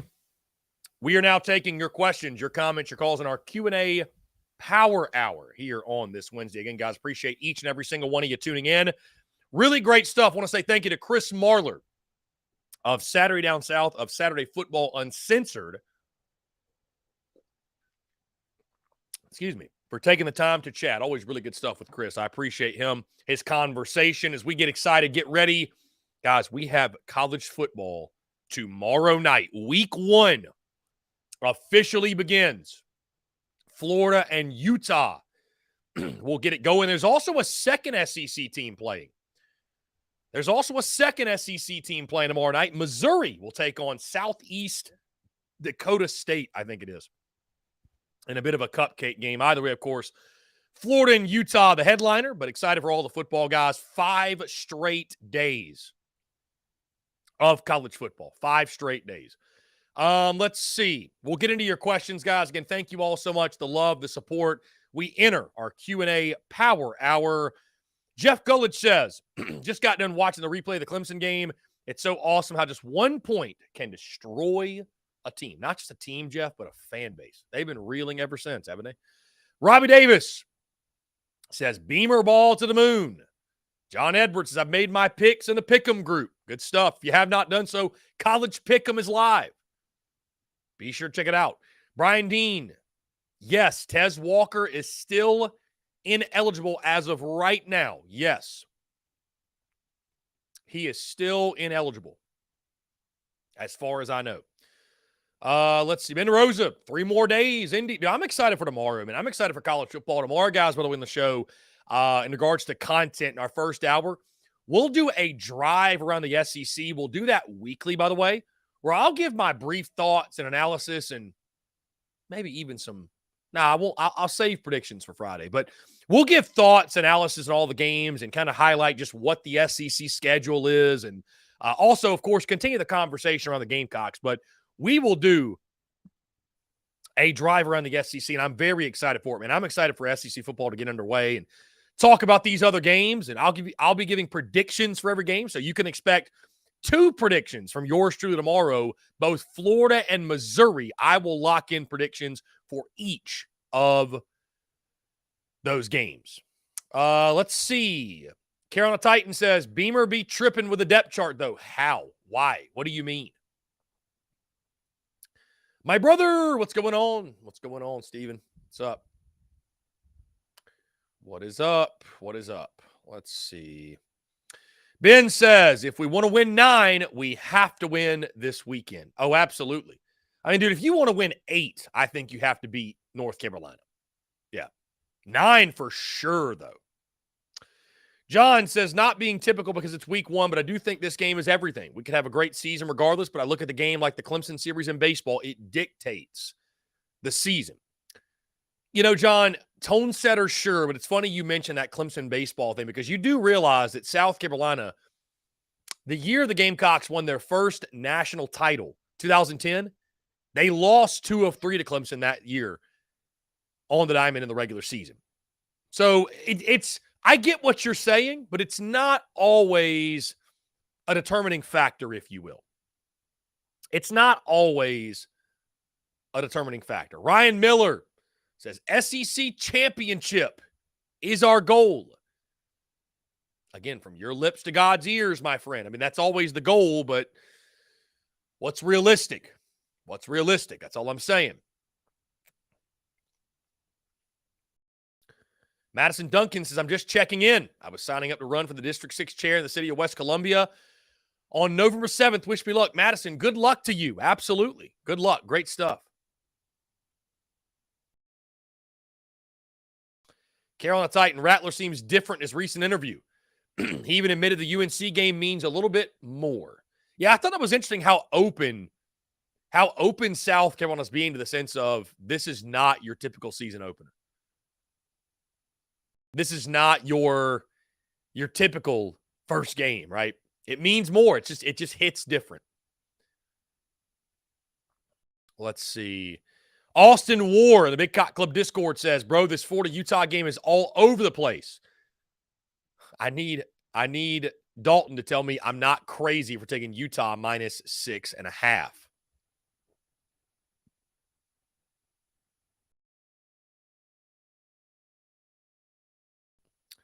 Let's see.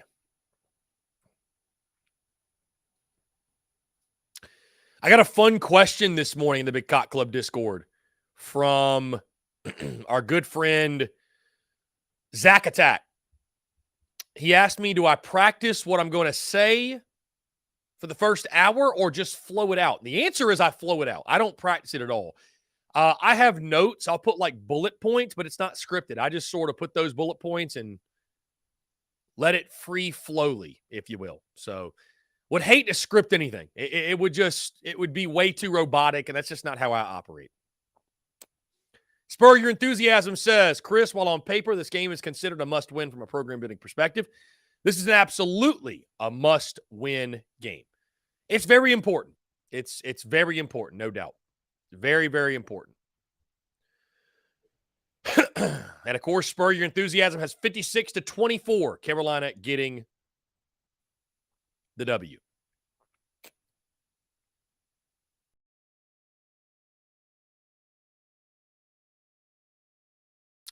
Humbucker75 says Josh Pate has us with the dub. I did see that. Yeah, he is picking South Carolina to win the game. I don't know if did he give a score? I don't think he gave a score, right? I don't think he gave a score, but he is picking the Gamecocks to win the football game. Apparently his model said North Carolina should be a 4.5-point favorite. He said to hell with the model, to hell with the spread. He's going South Carolina to beat North Carolina.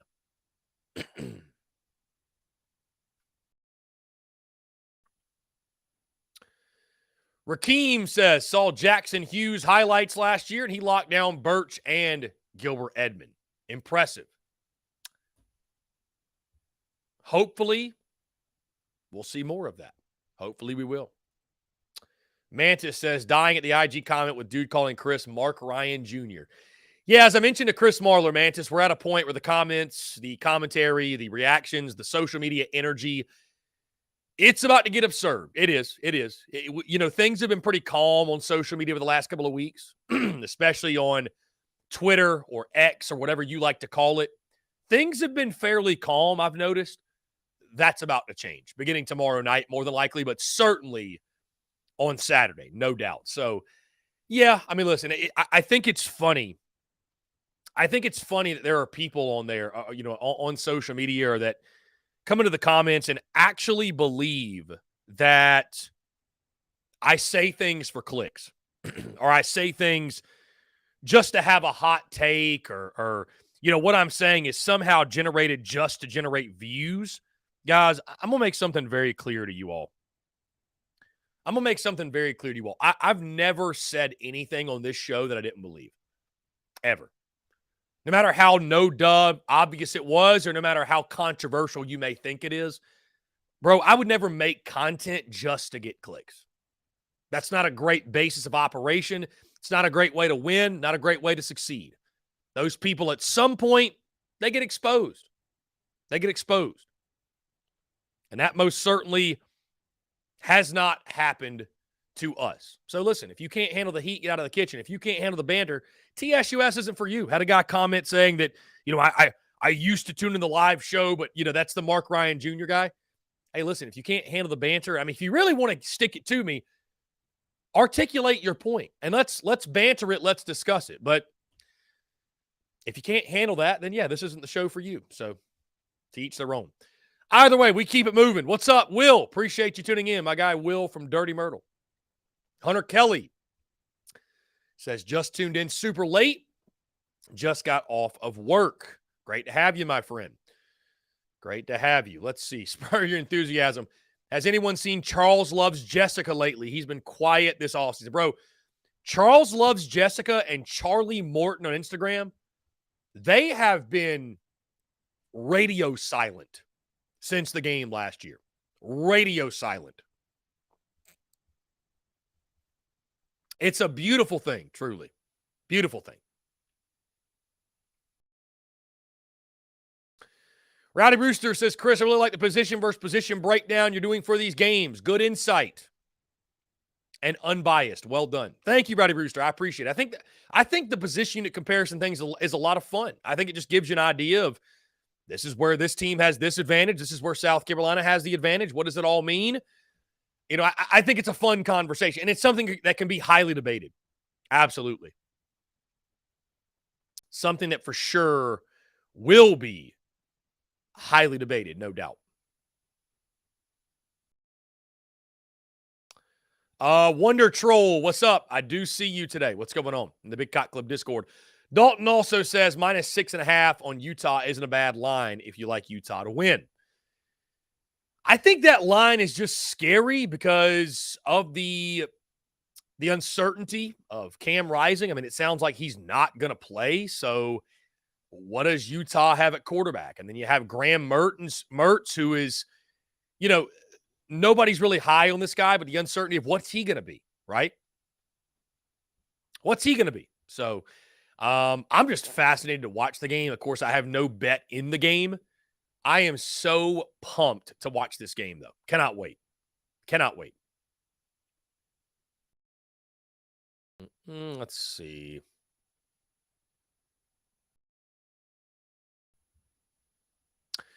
Spur your enthusiasm. I think you're holding too much weight with that chemistry stuff. Austin Steiner played with Spencer for years, and he didn't make him a world beater. Spur your enthusiasm. I hear what you're saying, man. I still stick with UNC's got a better tight end room, and it's not even close. Bro, from a sheer number standpoint, UNC has 3 legitimate bodies. South Carolina has 2. I mean, I genuinely don't even know how you can argue it. I don't know how you can argue that South Carolina's got a better tight end room than North Carolina. And you can't. You can't. Just my opinion, though. Just my opinion. Let's see. Madison, looking forward to the game day cruise picks for South Carolina, North Carolina. I cannot wait. Yeah, it's going to be a lot of fun. Game day is going to be really, really cool. What headgear will Lee Corso don? Mr. E3991 in our Discord says, you see Josh Pate pick the Gamecocks over UNC against his own motto. Yes, I did. Yes, I did. I absolutely did see that. Interesting pick.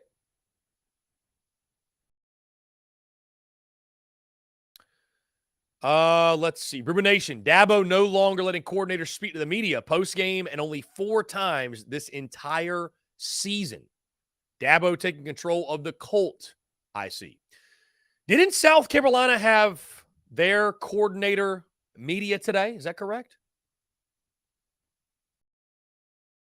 I believe they did. Let's see. Lynn Turner says, May did not look great against good defenses at the end of last season. If we contain May, we will be good. For sure. For sure. Chase Floyd says, keyword, if.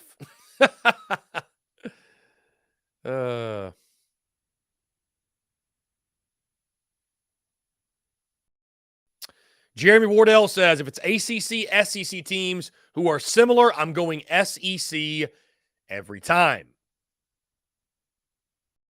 I think that's fair. My guy, John Rice. Okay, it is on YouTube. Dabble Loggins comments. It's on YouTube.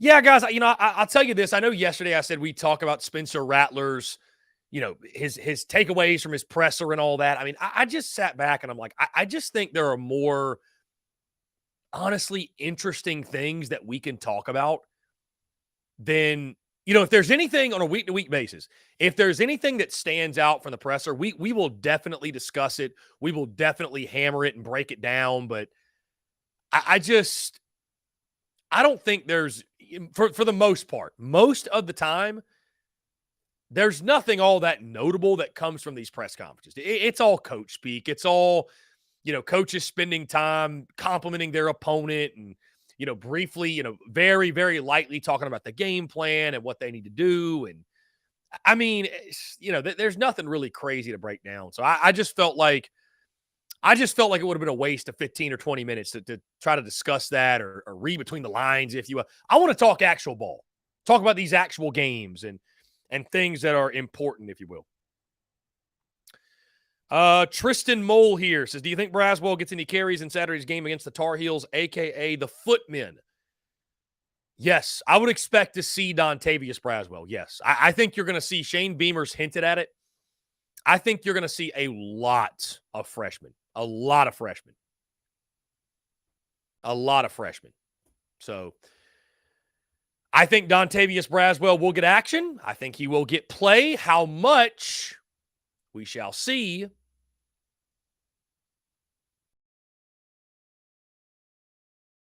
How much? We shall see.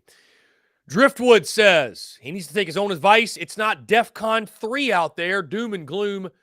Find some joy. Who needs to do that? Who needs to do that? Who needs to take? You talking about Beamer does?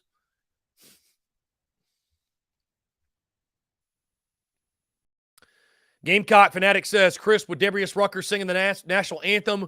Will he be the guest picker on game day? I think there's a good chance that'll happen. I think so. I think there's a pretty good chance that will happen. So let's jump to the phone lines here. Call from Robbie Davis, Zaxby's Hall of Famer. Robbie Davis, what's going on, my friend? How are you? Well, aside from it raining outside, I'm doing fantastic today. Love to hear that, man. Love to hear that. What's going on? My question is, at this point, it's pretty obvious that Dakereon Joyner is going to be the starting running back for Saturday night. How many, if they go with like constantly putting fresh legs in there, how many carries do you think he gets before they decide to switch it up and put somebody else in there, if that happens? Yeah, I mean, I don't know exactly when they're going to switch out, but I think you're going to see different backs in there for sure. I think they're going to give Dakereon Joyner an opportunity to win that job or solidify himself.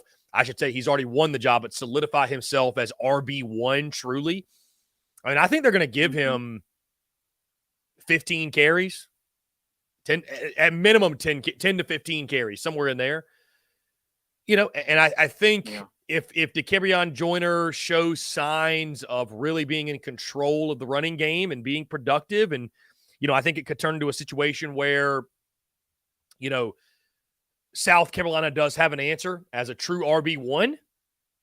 If not, then it'll be more running back by committee. It'll be running back by committee. Then, than we may be expecting. So I think it'll be more running back by committee. But, Dak Joyner is going to get a chance to win the job, no question. But I think you'll see multiple players. You're going to see Dak Joyner. You're going to see Juju. I think you'll see Braswell. I think you'll see Mario Anderson. I mean, it really – but, if Dak went out there with the hot hand, I think you'll see him all game. But I expect to see all the running backs. I really do. Yeah, I just,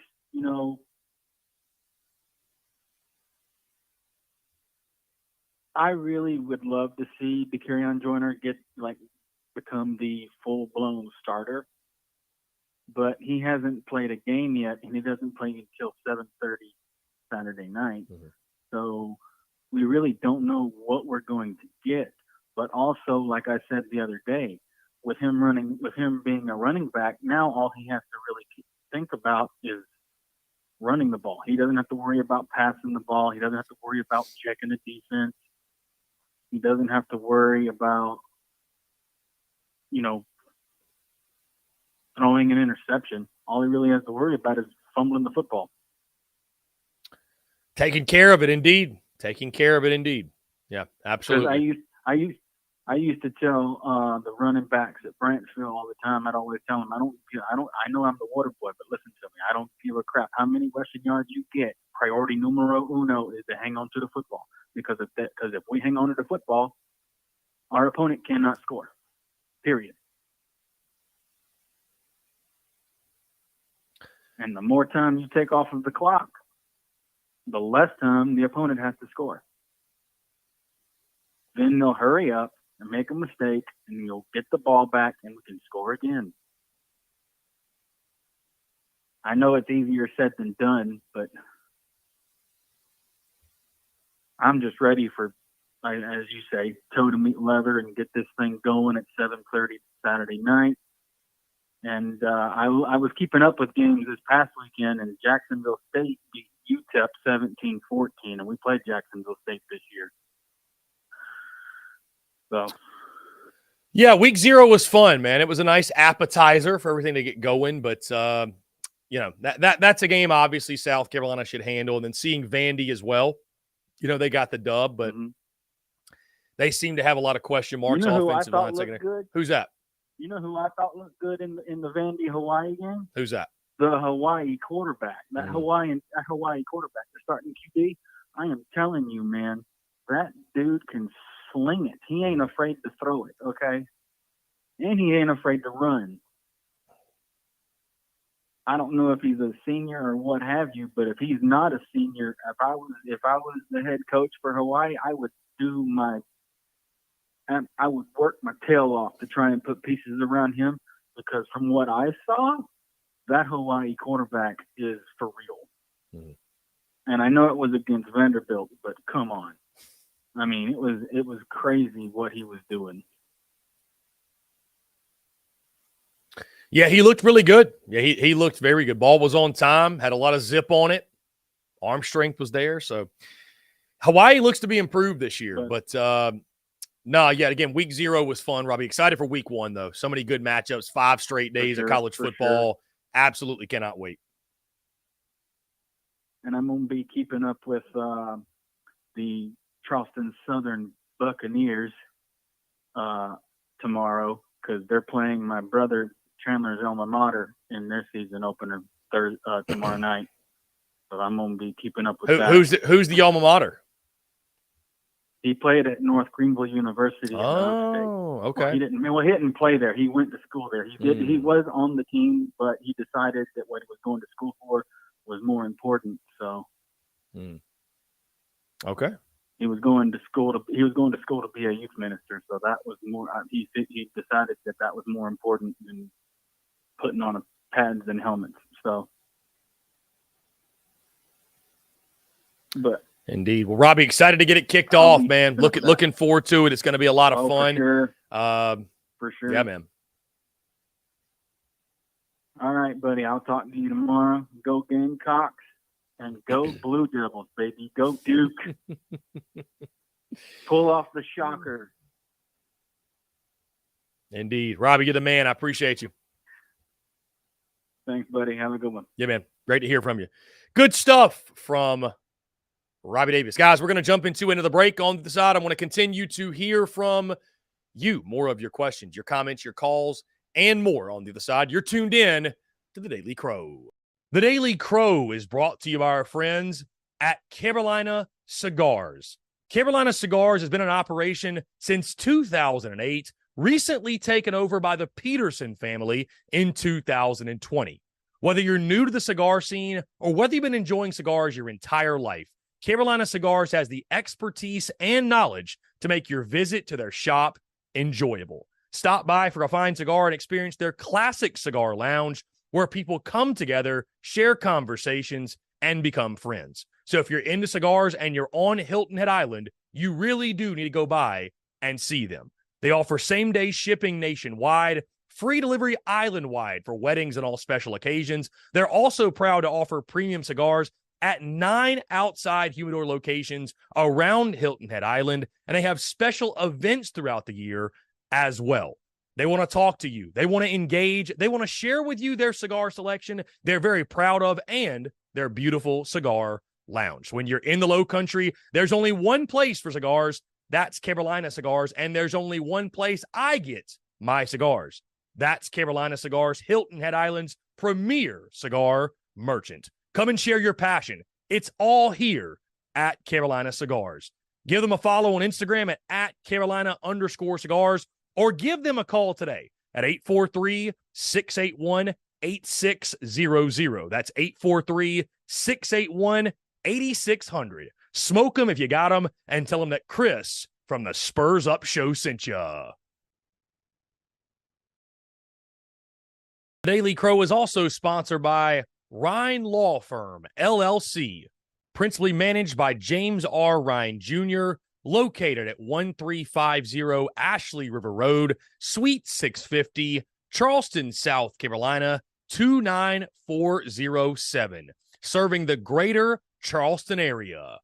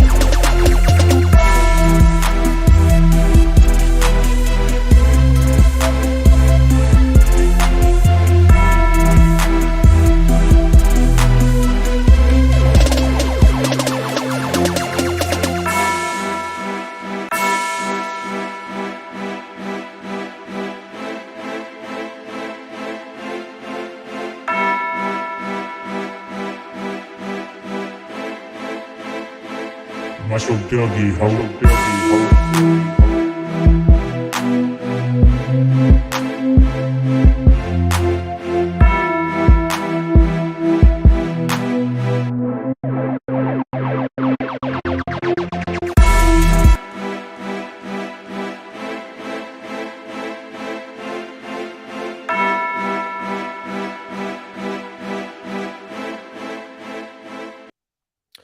All right, guys, we're back here on this Wednesday, taking your questions, comments, calls, 843-790-3377. That's 843-790-3377 here in our Q&A Power Hour as we sit just 3 days away from kickoff. Gamecocks and North Carolina set to do battle in Charlotte in the season opener. We got a text here. This is Grant Fisher from Hot Springs, Arkansas. Who could ever pull for a team that has a mascot that's a foot? LOL, I enjoy your show. Good luck, guys. Go Cox and go Hogs. Hey, go Hogs, my friend. Absolutely. Woo pig. Woo pig indeed. Who does Arkansas have week 1 again? Let's see. The Arkansas Razorbacks play Western Carolina. So easy season opener for Sam Pittman, KJ Jefferson, and Rocket teams. I would expect Arkansas to have a field day. Birdman, has the Kerryon Joyner bulked up any over the offseason? My main worry is him not being able to stay healthy playing running back full time. Birdman, yes, absolutely. He's bulked up. He's sitting at 229 now, bigger than he's ever been. 229. So I think the Kerryon Joyner physically is ready to take on the workload. Garrett H says, I think we see a double pass with Spencer and DK. Sellers package throwing or running. Kai Kroger touchdown pass all this season, probably multiple of each. I would not doubt it. I think you're going to see some trickery, some creativity. No question. David Barnes, what's your uni predictions for both teams this week? I'd like all garnet or all black versus all Carolina blue, but I think we'll go black, garnet, garnet. David Barnes, I'll just say this, per sources, I've heard it will not be black, garnet, garnet, and I'll just leave it at that. People get really upset when you leak stuff like uniforms. They get really upset. Really, really upset. So I'll just say it's not, from what I've heard, black, garnet, garnet. Let's see. Spur Your Enthusiasm says Joyner will be a stud at running back. Played against him in high school, and he may have been playing quarterback, but the guy can flat out run. I'm excited. Dude, I mentioned this weeks ago. Spur Your Enthusiasm. You may have missed it. I mentioned this weeks ago, though.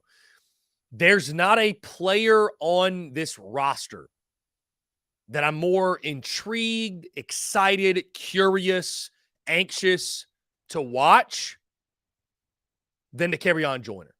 Just because, I mean, for years, this is a dude that folks have been clamoring to get in the football, no matter the position, quarterback, receiver. Well, now it's running back. And for whatever reason, going into every season, the output or even the opportunities never met the hype, right? It just never met the hype. Well, now the Kerryon Joyner's that dude in the backfield. He is RB1. Like, by default, he's going to get a ton of touches. By default. By default, he's going to get a ton of touches. So I am so fascinated to see what he does for South Carolina. How productive he can be, right? And maybe, just maybe, this could be his best season ever in garnet and black. Let's jump to the phone lines, guys. Call from Peyton. Peyton, what's going on, my friend? How are you? Good about yourself, Chris, on this gloomy day. Yeah, I'm doing well, man. It is kind of dark and ominous outside, I guess. But, no, we're doing well, man. I appreciate you asking. What's up? So, on the topic of running back, I think I just want to take a minute and talk about Dontavius Braswell for a second. I recently did myself the favor of watching his high school highlights, and I suggest that everybody listening go do the same thing right now. Braswell's an absolute animal, at least in high school. You know, with that big frame, I think he's 5'11", and I know he's well over 200 pounds now. That he's a handful, man, and he's definitely got some. I wouldn't say nationally elite speed like a Nick Harbor does, but he's definitely got breakaway speed. And I just want to talk about him for a minute, and I'm very excited to see what he can bring to the table for us Saturday. Yeah, I'm excited too, and I think you're absolutely going to see Dontavius Braswell play not just in that first game, but all throughout the season. I mean, Shane Beamer's been very vocal and very, upfront about the fact that they're relying on freshmen this year. And I think he's going to be one of those freshmen. You mentioned his tape, you mentioned the film.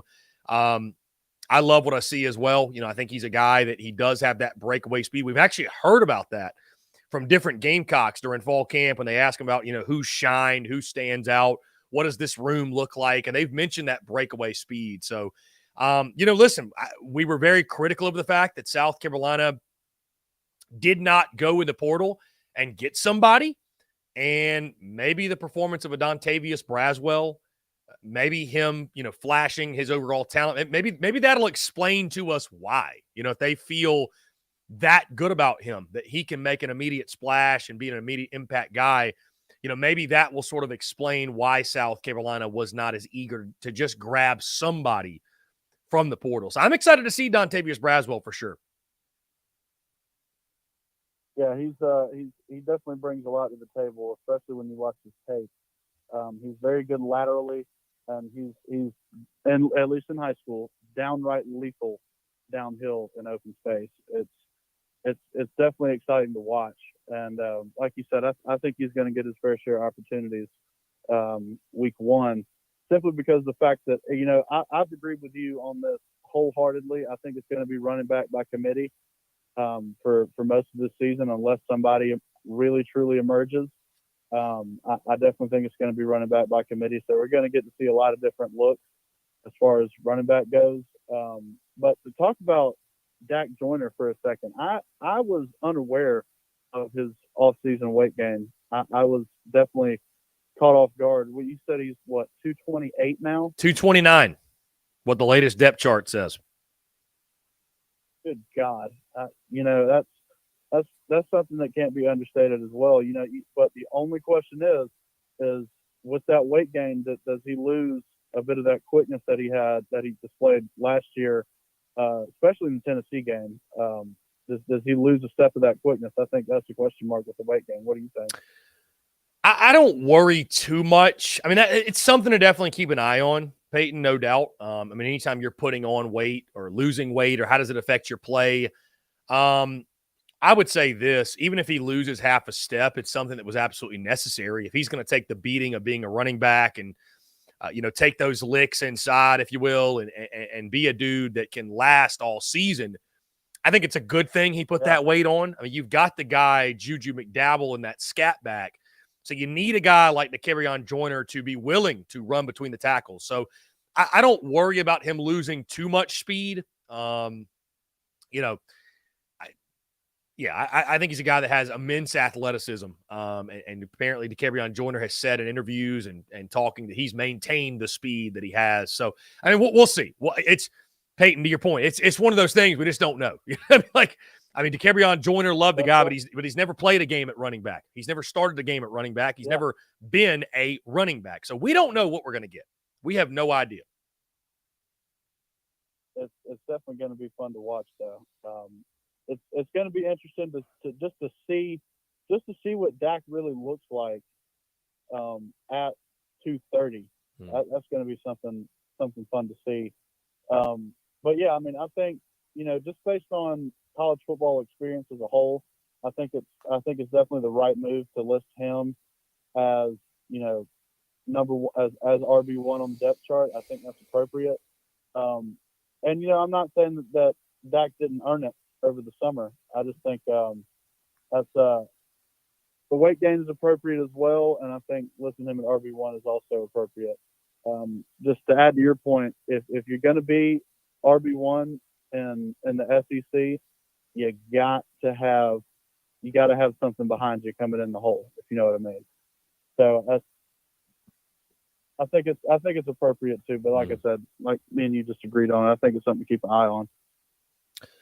No doubt. Yeah, I'm excited, man. I think South Carolina is going to be reliant on the passing game against UNC, which makes sense. They couldn't stop anybody last year, and you got Spencer Rattler, you got Juice Wells, who Shane Beamer said is healthy, and everybody really good to go on the offense. But South Carolina, the bottom line is win the game, but you'd really like to see this running game have some success because, again, that UNC defensive front, they were so bad a season ago. And have they improved? Maybe so, but how much can they really improve in a single year? If you're not able to hit the 100-yard mark rushing against North Carolina, if you win, that's all that matters. But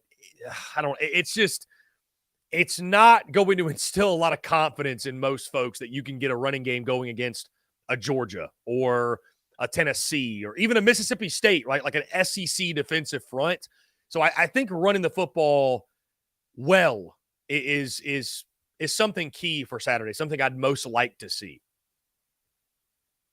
it's definitely something that's going to be crucial to establishing confidence as far as the fans go. But I think it's going to be big as for instilling confidence in the players, just because I know that it's that the motto is don't pay attention to the media, don't pay attention to the media what they say, but it's kind of impossible to do because every one of those players has Instagram, every one of those players has a cell phone, access to the internet, they see it, they hear it. So I think I think a 150-yard rushing mark. I think that's a very achievable goal. I think that's a goal that we should have in mind. I think 150 rushing yards. I think that gets us off to at least a decent start to the season, and maybe we could build on that week 2 against Furman, and try to build confidence early in the running game. I think that's going to be key. No doubt, Peyton. I appreciate the call as always, my friend. Great stuff from you. Appreciate it. Absolutely, man. Go Cox. Thanks for his up show, man. Talk to you later, Chris. Hey, you're the man, Peyton. Appreciate you. Great stuff as always. Always a pleasure to hear from Peyton, talk some ball. Again, guys, it's 843-790-3377. Big news coming out of Salt Lake City. Cam Rising is expected to be ruled out for tomorrow's game against Florida. Bryson Barnes is expected to start in his place. Very, very interesting. The plot thickens. Wow. All of a sudden, maybe, just maybe, Florida's the pick. Maybe Florida's the pick, guys. I don't know. I don't know. Let's see. Looking at the latest lines here. Let's see. I'm seeing 6.5.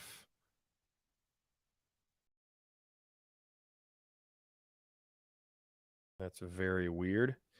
Anyways, the action app was screwing up on me a little bit. Could just go to the MyBookie app, I guess, right? Anyways, 843-790-3377. It's just crazy to think with all of this preseason commentary and, Florida's so bad, right? Like whatever. After all of that, no Cam Rising now in the season opener. Dude, Florida might be the pick. Guys, get this. Breaking news. This line was 7.5. 3 days ago? This line has dropped all the way to Utah as just a 4.5 point favorite. A 3-point swing in this game. 3-point swing. Dude, if you got it at 7.5, if you got it at Florida plus 7.5, you might be in a very good position.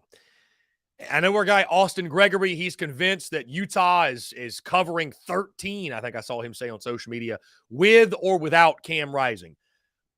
Interesting play to insinuate that not having your starting quarterback doesn't matter. That's interesting to me. I'll have a pick for you tomorrow. I don't know, man. I think it is going to be a tightly contested game, maybe a little bit closer than it would have been otherwise. That's big, though. That's very big. We got a call from someone not calling in for the show.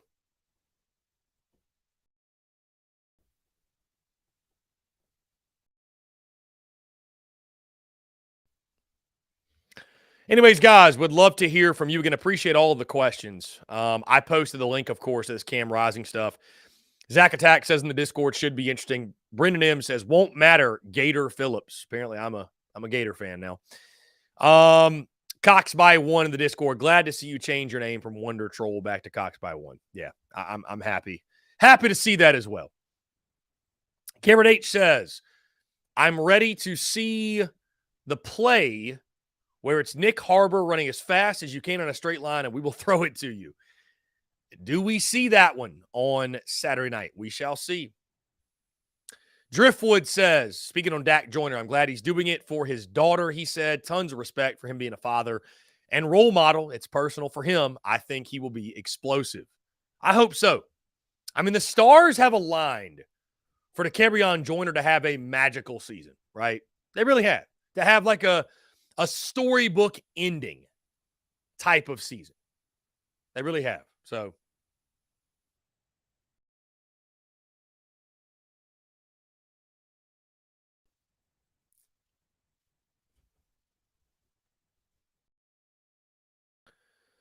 let's see.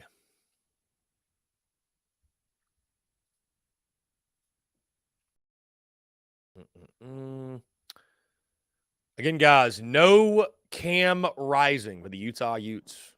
Brewer Nation, are the white helmets coming back? You'll have to wait, my friend. Gamecock Fanatic says, can South Carolina finish second in the East even if losing 2 conference games? Yeah, I think it's possible, yeah. It depends on who you beat and who you lose to, but yes, Gamecock Fanatic, I would say it's possible for sure. Michael says, one of the things I used to most look forward to were the uniform videos during the Muschamp era. Didn't it feel like, though, during the Muschamp era, like battle armor outweighed the hype for the game to a degree? Did it not feel that way? It seemed like it did. It seemed like it did. I don't know. Seemed like it did. Guys, we close out the month of August tomorrow, and it is game day officially, SEC game day. Florida, Utah, Missouri, Southeast Missouri State. Let me give you the full college football schedule here. Let me give you the full college football schedule. Let's go. All right, week 1. Tomorrow night, this is the full list of games. You ready? We got Wake Forest and Elon, UCF, Kent State, Georgia State, Rhode Island, Western Michigan, SFPA. I don't know. UConn, NC State. Interesting game there. Utah, Florida, Minnesota, and Nebraska, right? We got Minnesota -7. Mizzou, South Dakota, Tulsa, UAPB, UAB, and North Carolina A&T, and finally Arizona State and SUU. So, a fun night of college football. 2 SEC games, Florida, Utah on ESPN, Missouri and South Dakota on SEC Network. Both of those kicking off at 8 o'clock. Guys, be sure, by the way, to join the Big Cock Club today. You can join our Discord.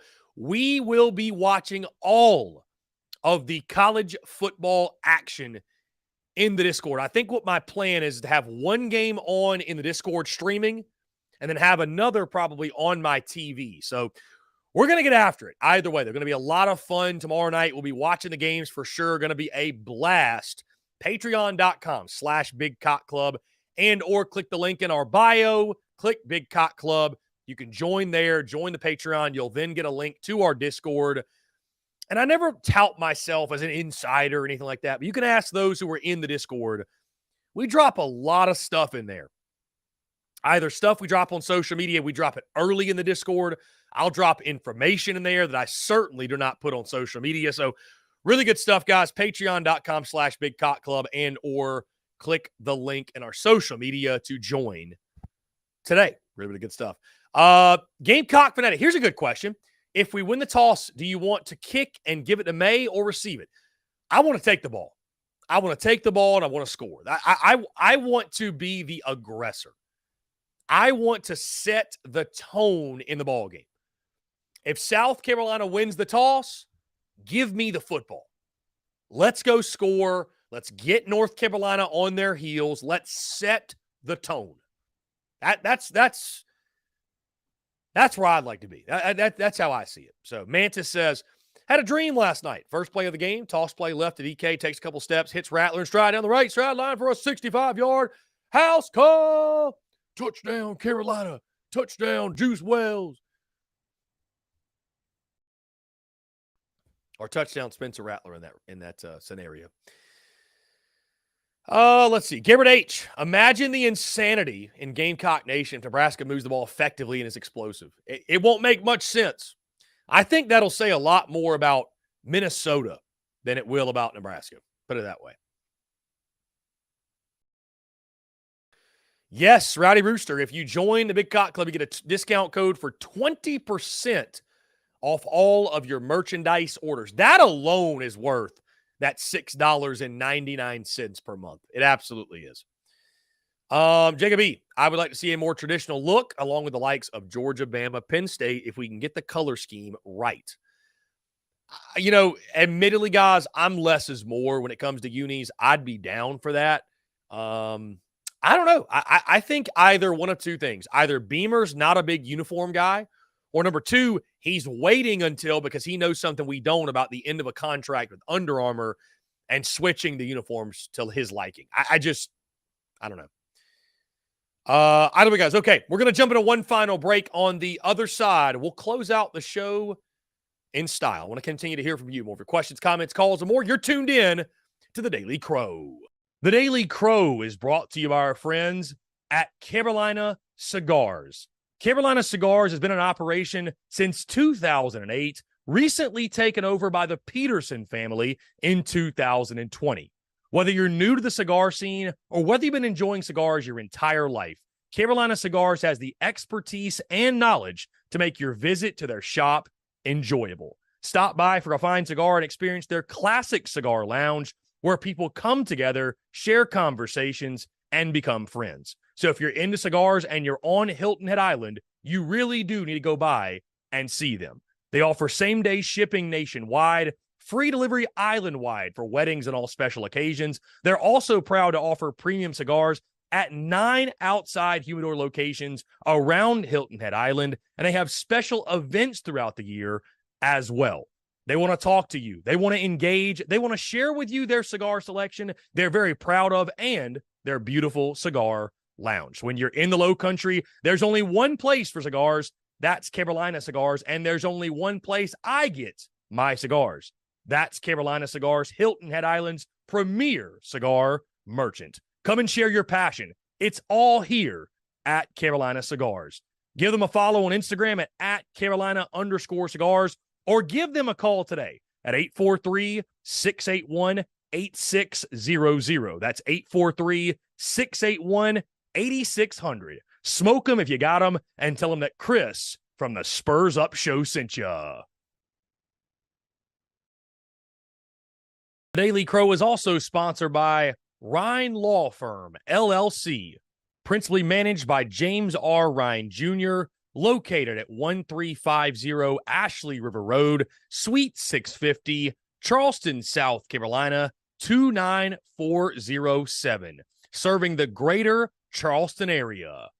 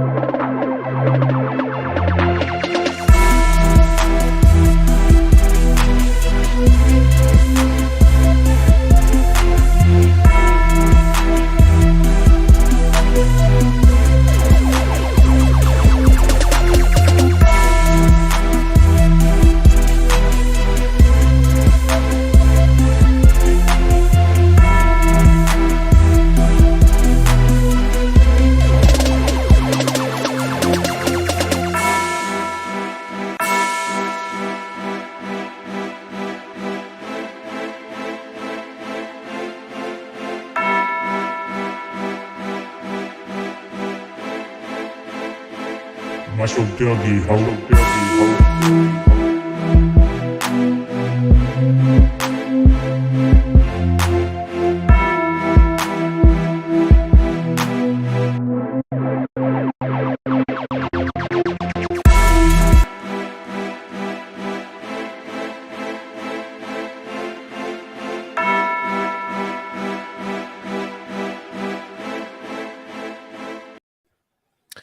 All right, guys, we're back. Final 10 minutes or so here in the Daily Crow, taking the questions, comments, calls. 843-790-3377. That's 843-790-3377. Let me once again remind you, in case you missed it, the post-game call-in show following South Carolina, North Carolina will begin nearly immediately after the conclusion of the ball game. Within 10 minutes of the end of the game, the plan will be this. The plan will be this. The game will end. I will post my post-game reaction video all across social media. And as soon as I'm done doing that, we are sitting right here, getting the show up on YouTube, starting the show. We'll probably have like a minute countdown or something like that, right? To let everybody file in, filter in, what have you. And we'll get it rolling. And really, there's no time limit on this post-game call-in show, by the way. There's no time limit. I mean, it could go 15 minutes. It could go an hour. You know what I mean? It's really just going to depend on how many calls are rolling in. It's going to depend on, just how the conversation's going, right? It's going to be an open-ended post-game call-in show with the hope and the expectation and my belief what will happen is that the phone lines are just flooded the entire time we are on here. And really, we use this time for you guys to call in, to vent, to give full thoughts on everything taking place. So excited for it, man. It's going to be a blast. I'm looking forward to it. It could get very dicey at times. I fully expect it. I will be surprised by nothing in the post-game call-in show. But be sure to tune into that. And also, guys, we'll drop that via podcast Sunday mornings, 5 a.m. Eastern. I'll have that thing drop for you.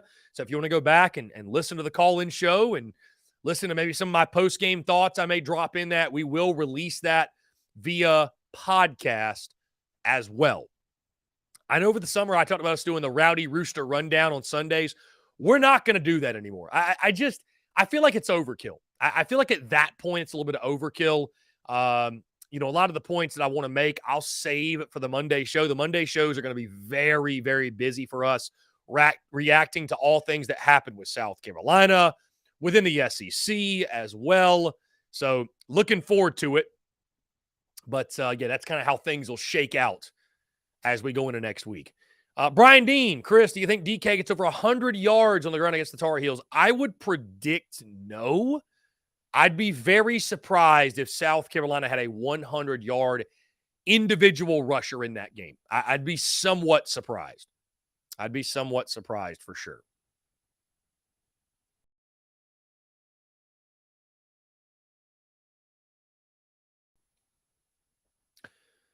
Let's see. So apparently there's a podcast. Our good friend Brad Crawford highlighted this. Said that they had a judge on that's represented players versus the NCAA. They said North Carolina should just play him anyways. Just play Tez Walker. Just play him. Screw what the NCAA thinks. Wouldn't that be something? Wouldn't that be something if they just played him? You know what I mean? Like they just didn't care. They just didn't care.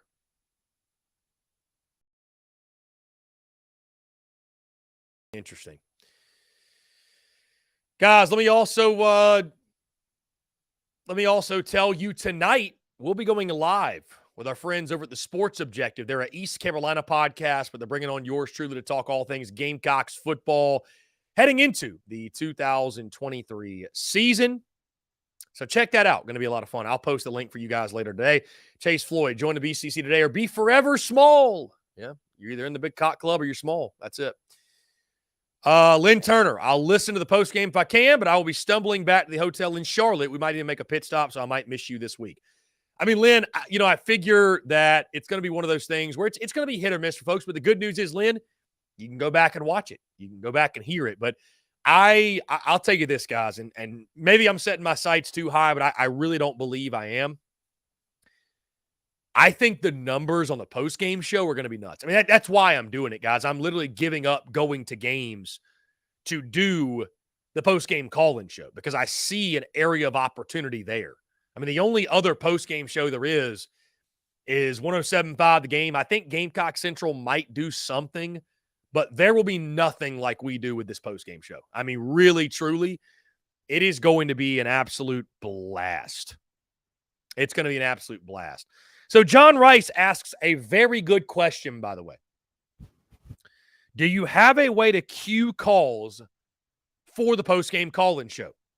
It's a great question, and the answer is unfortunately no. So here's how it's going to work. I've already figured out, I think, what I'm going to do because you guys know when somebody calls in, it beeps, right? For whatever reason, it beeps, and I hate it. What I'm going to do is this. We're going to have the call-in number as normal, 843-790-3377. Somebody calls in, it's going to be like a luck of the draw type of deal. You call in, I'll answer it. What I'm going to do is I'm going to put the phone line on Do Not Disturb. So nobody else can call in while that person is on the line. Once our conversation's concluded, it'll end. I'll take the phone lines off Do Not Disturb, and we'll just go one at a time. So it'll be kind of up to you guys to fight for those spots and to call in and call in when the line is open. Unfortunately, guys, that's really the only way that we can do it because I don't have the technology to put people on hold and put people on queue. Maybe one of these days. I think probably one of these days we'll have that type of technology, but I don't have access to that technology right now. And so we'll do the absolute best we can with what we have. Let's turn the phone lines. What's going on? How are you? Hello.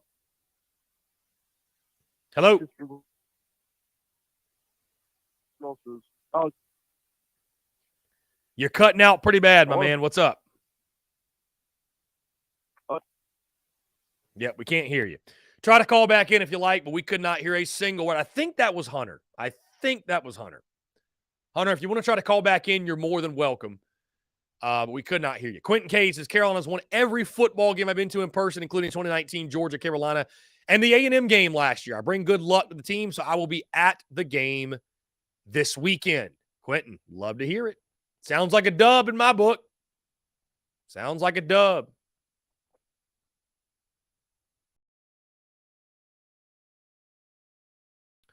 Sounds like a W in my book. Yeah, Austin Gregory says Utah minus 13 still with Cam Rising out. Hunter, what's going on, my friend? How are you?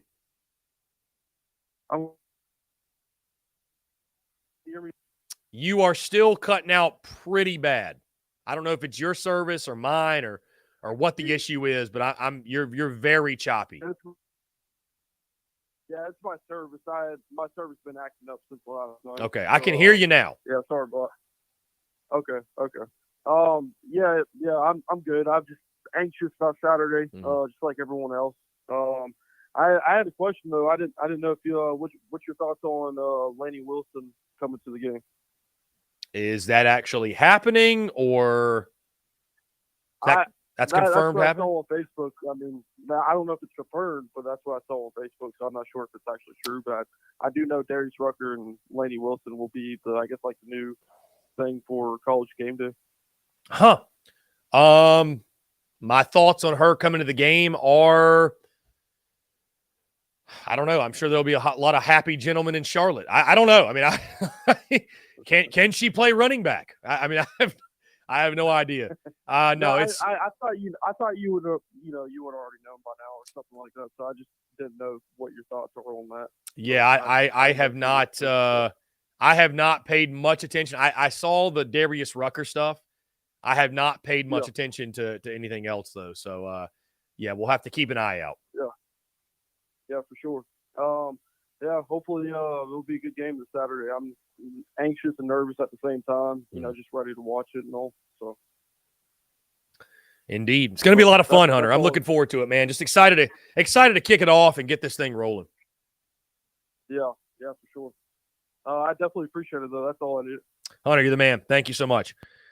Great stuff from Hunter Kelly. He just wanted to know, is Laney Wilson going to the game on Saturday? God bless Hunter. Guys, we've hit 3 o'clock. Appreciate you all tuning in. If you have not done so, make sure you click that subscribe button on YouTube. Hit that bell icon as well so you get notifications when we drop new video content. And when we go live, you're going to want that for sure, especially with the post-game call-in show that'll be happening on Saturday night after the game and after every South Carolina game this season. Also, head over to iTunes, Spotify, Google Podcasts, wherever you get your podcast, and hit that subscribe button. The podcast drops every single day at 5 p.m. Eastern. Guys, appreciate you all tuning in. Thank you all so much. Have a great rest of your Wednesday, and we will talk to you all tomorrow.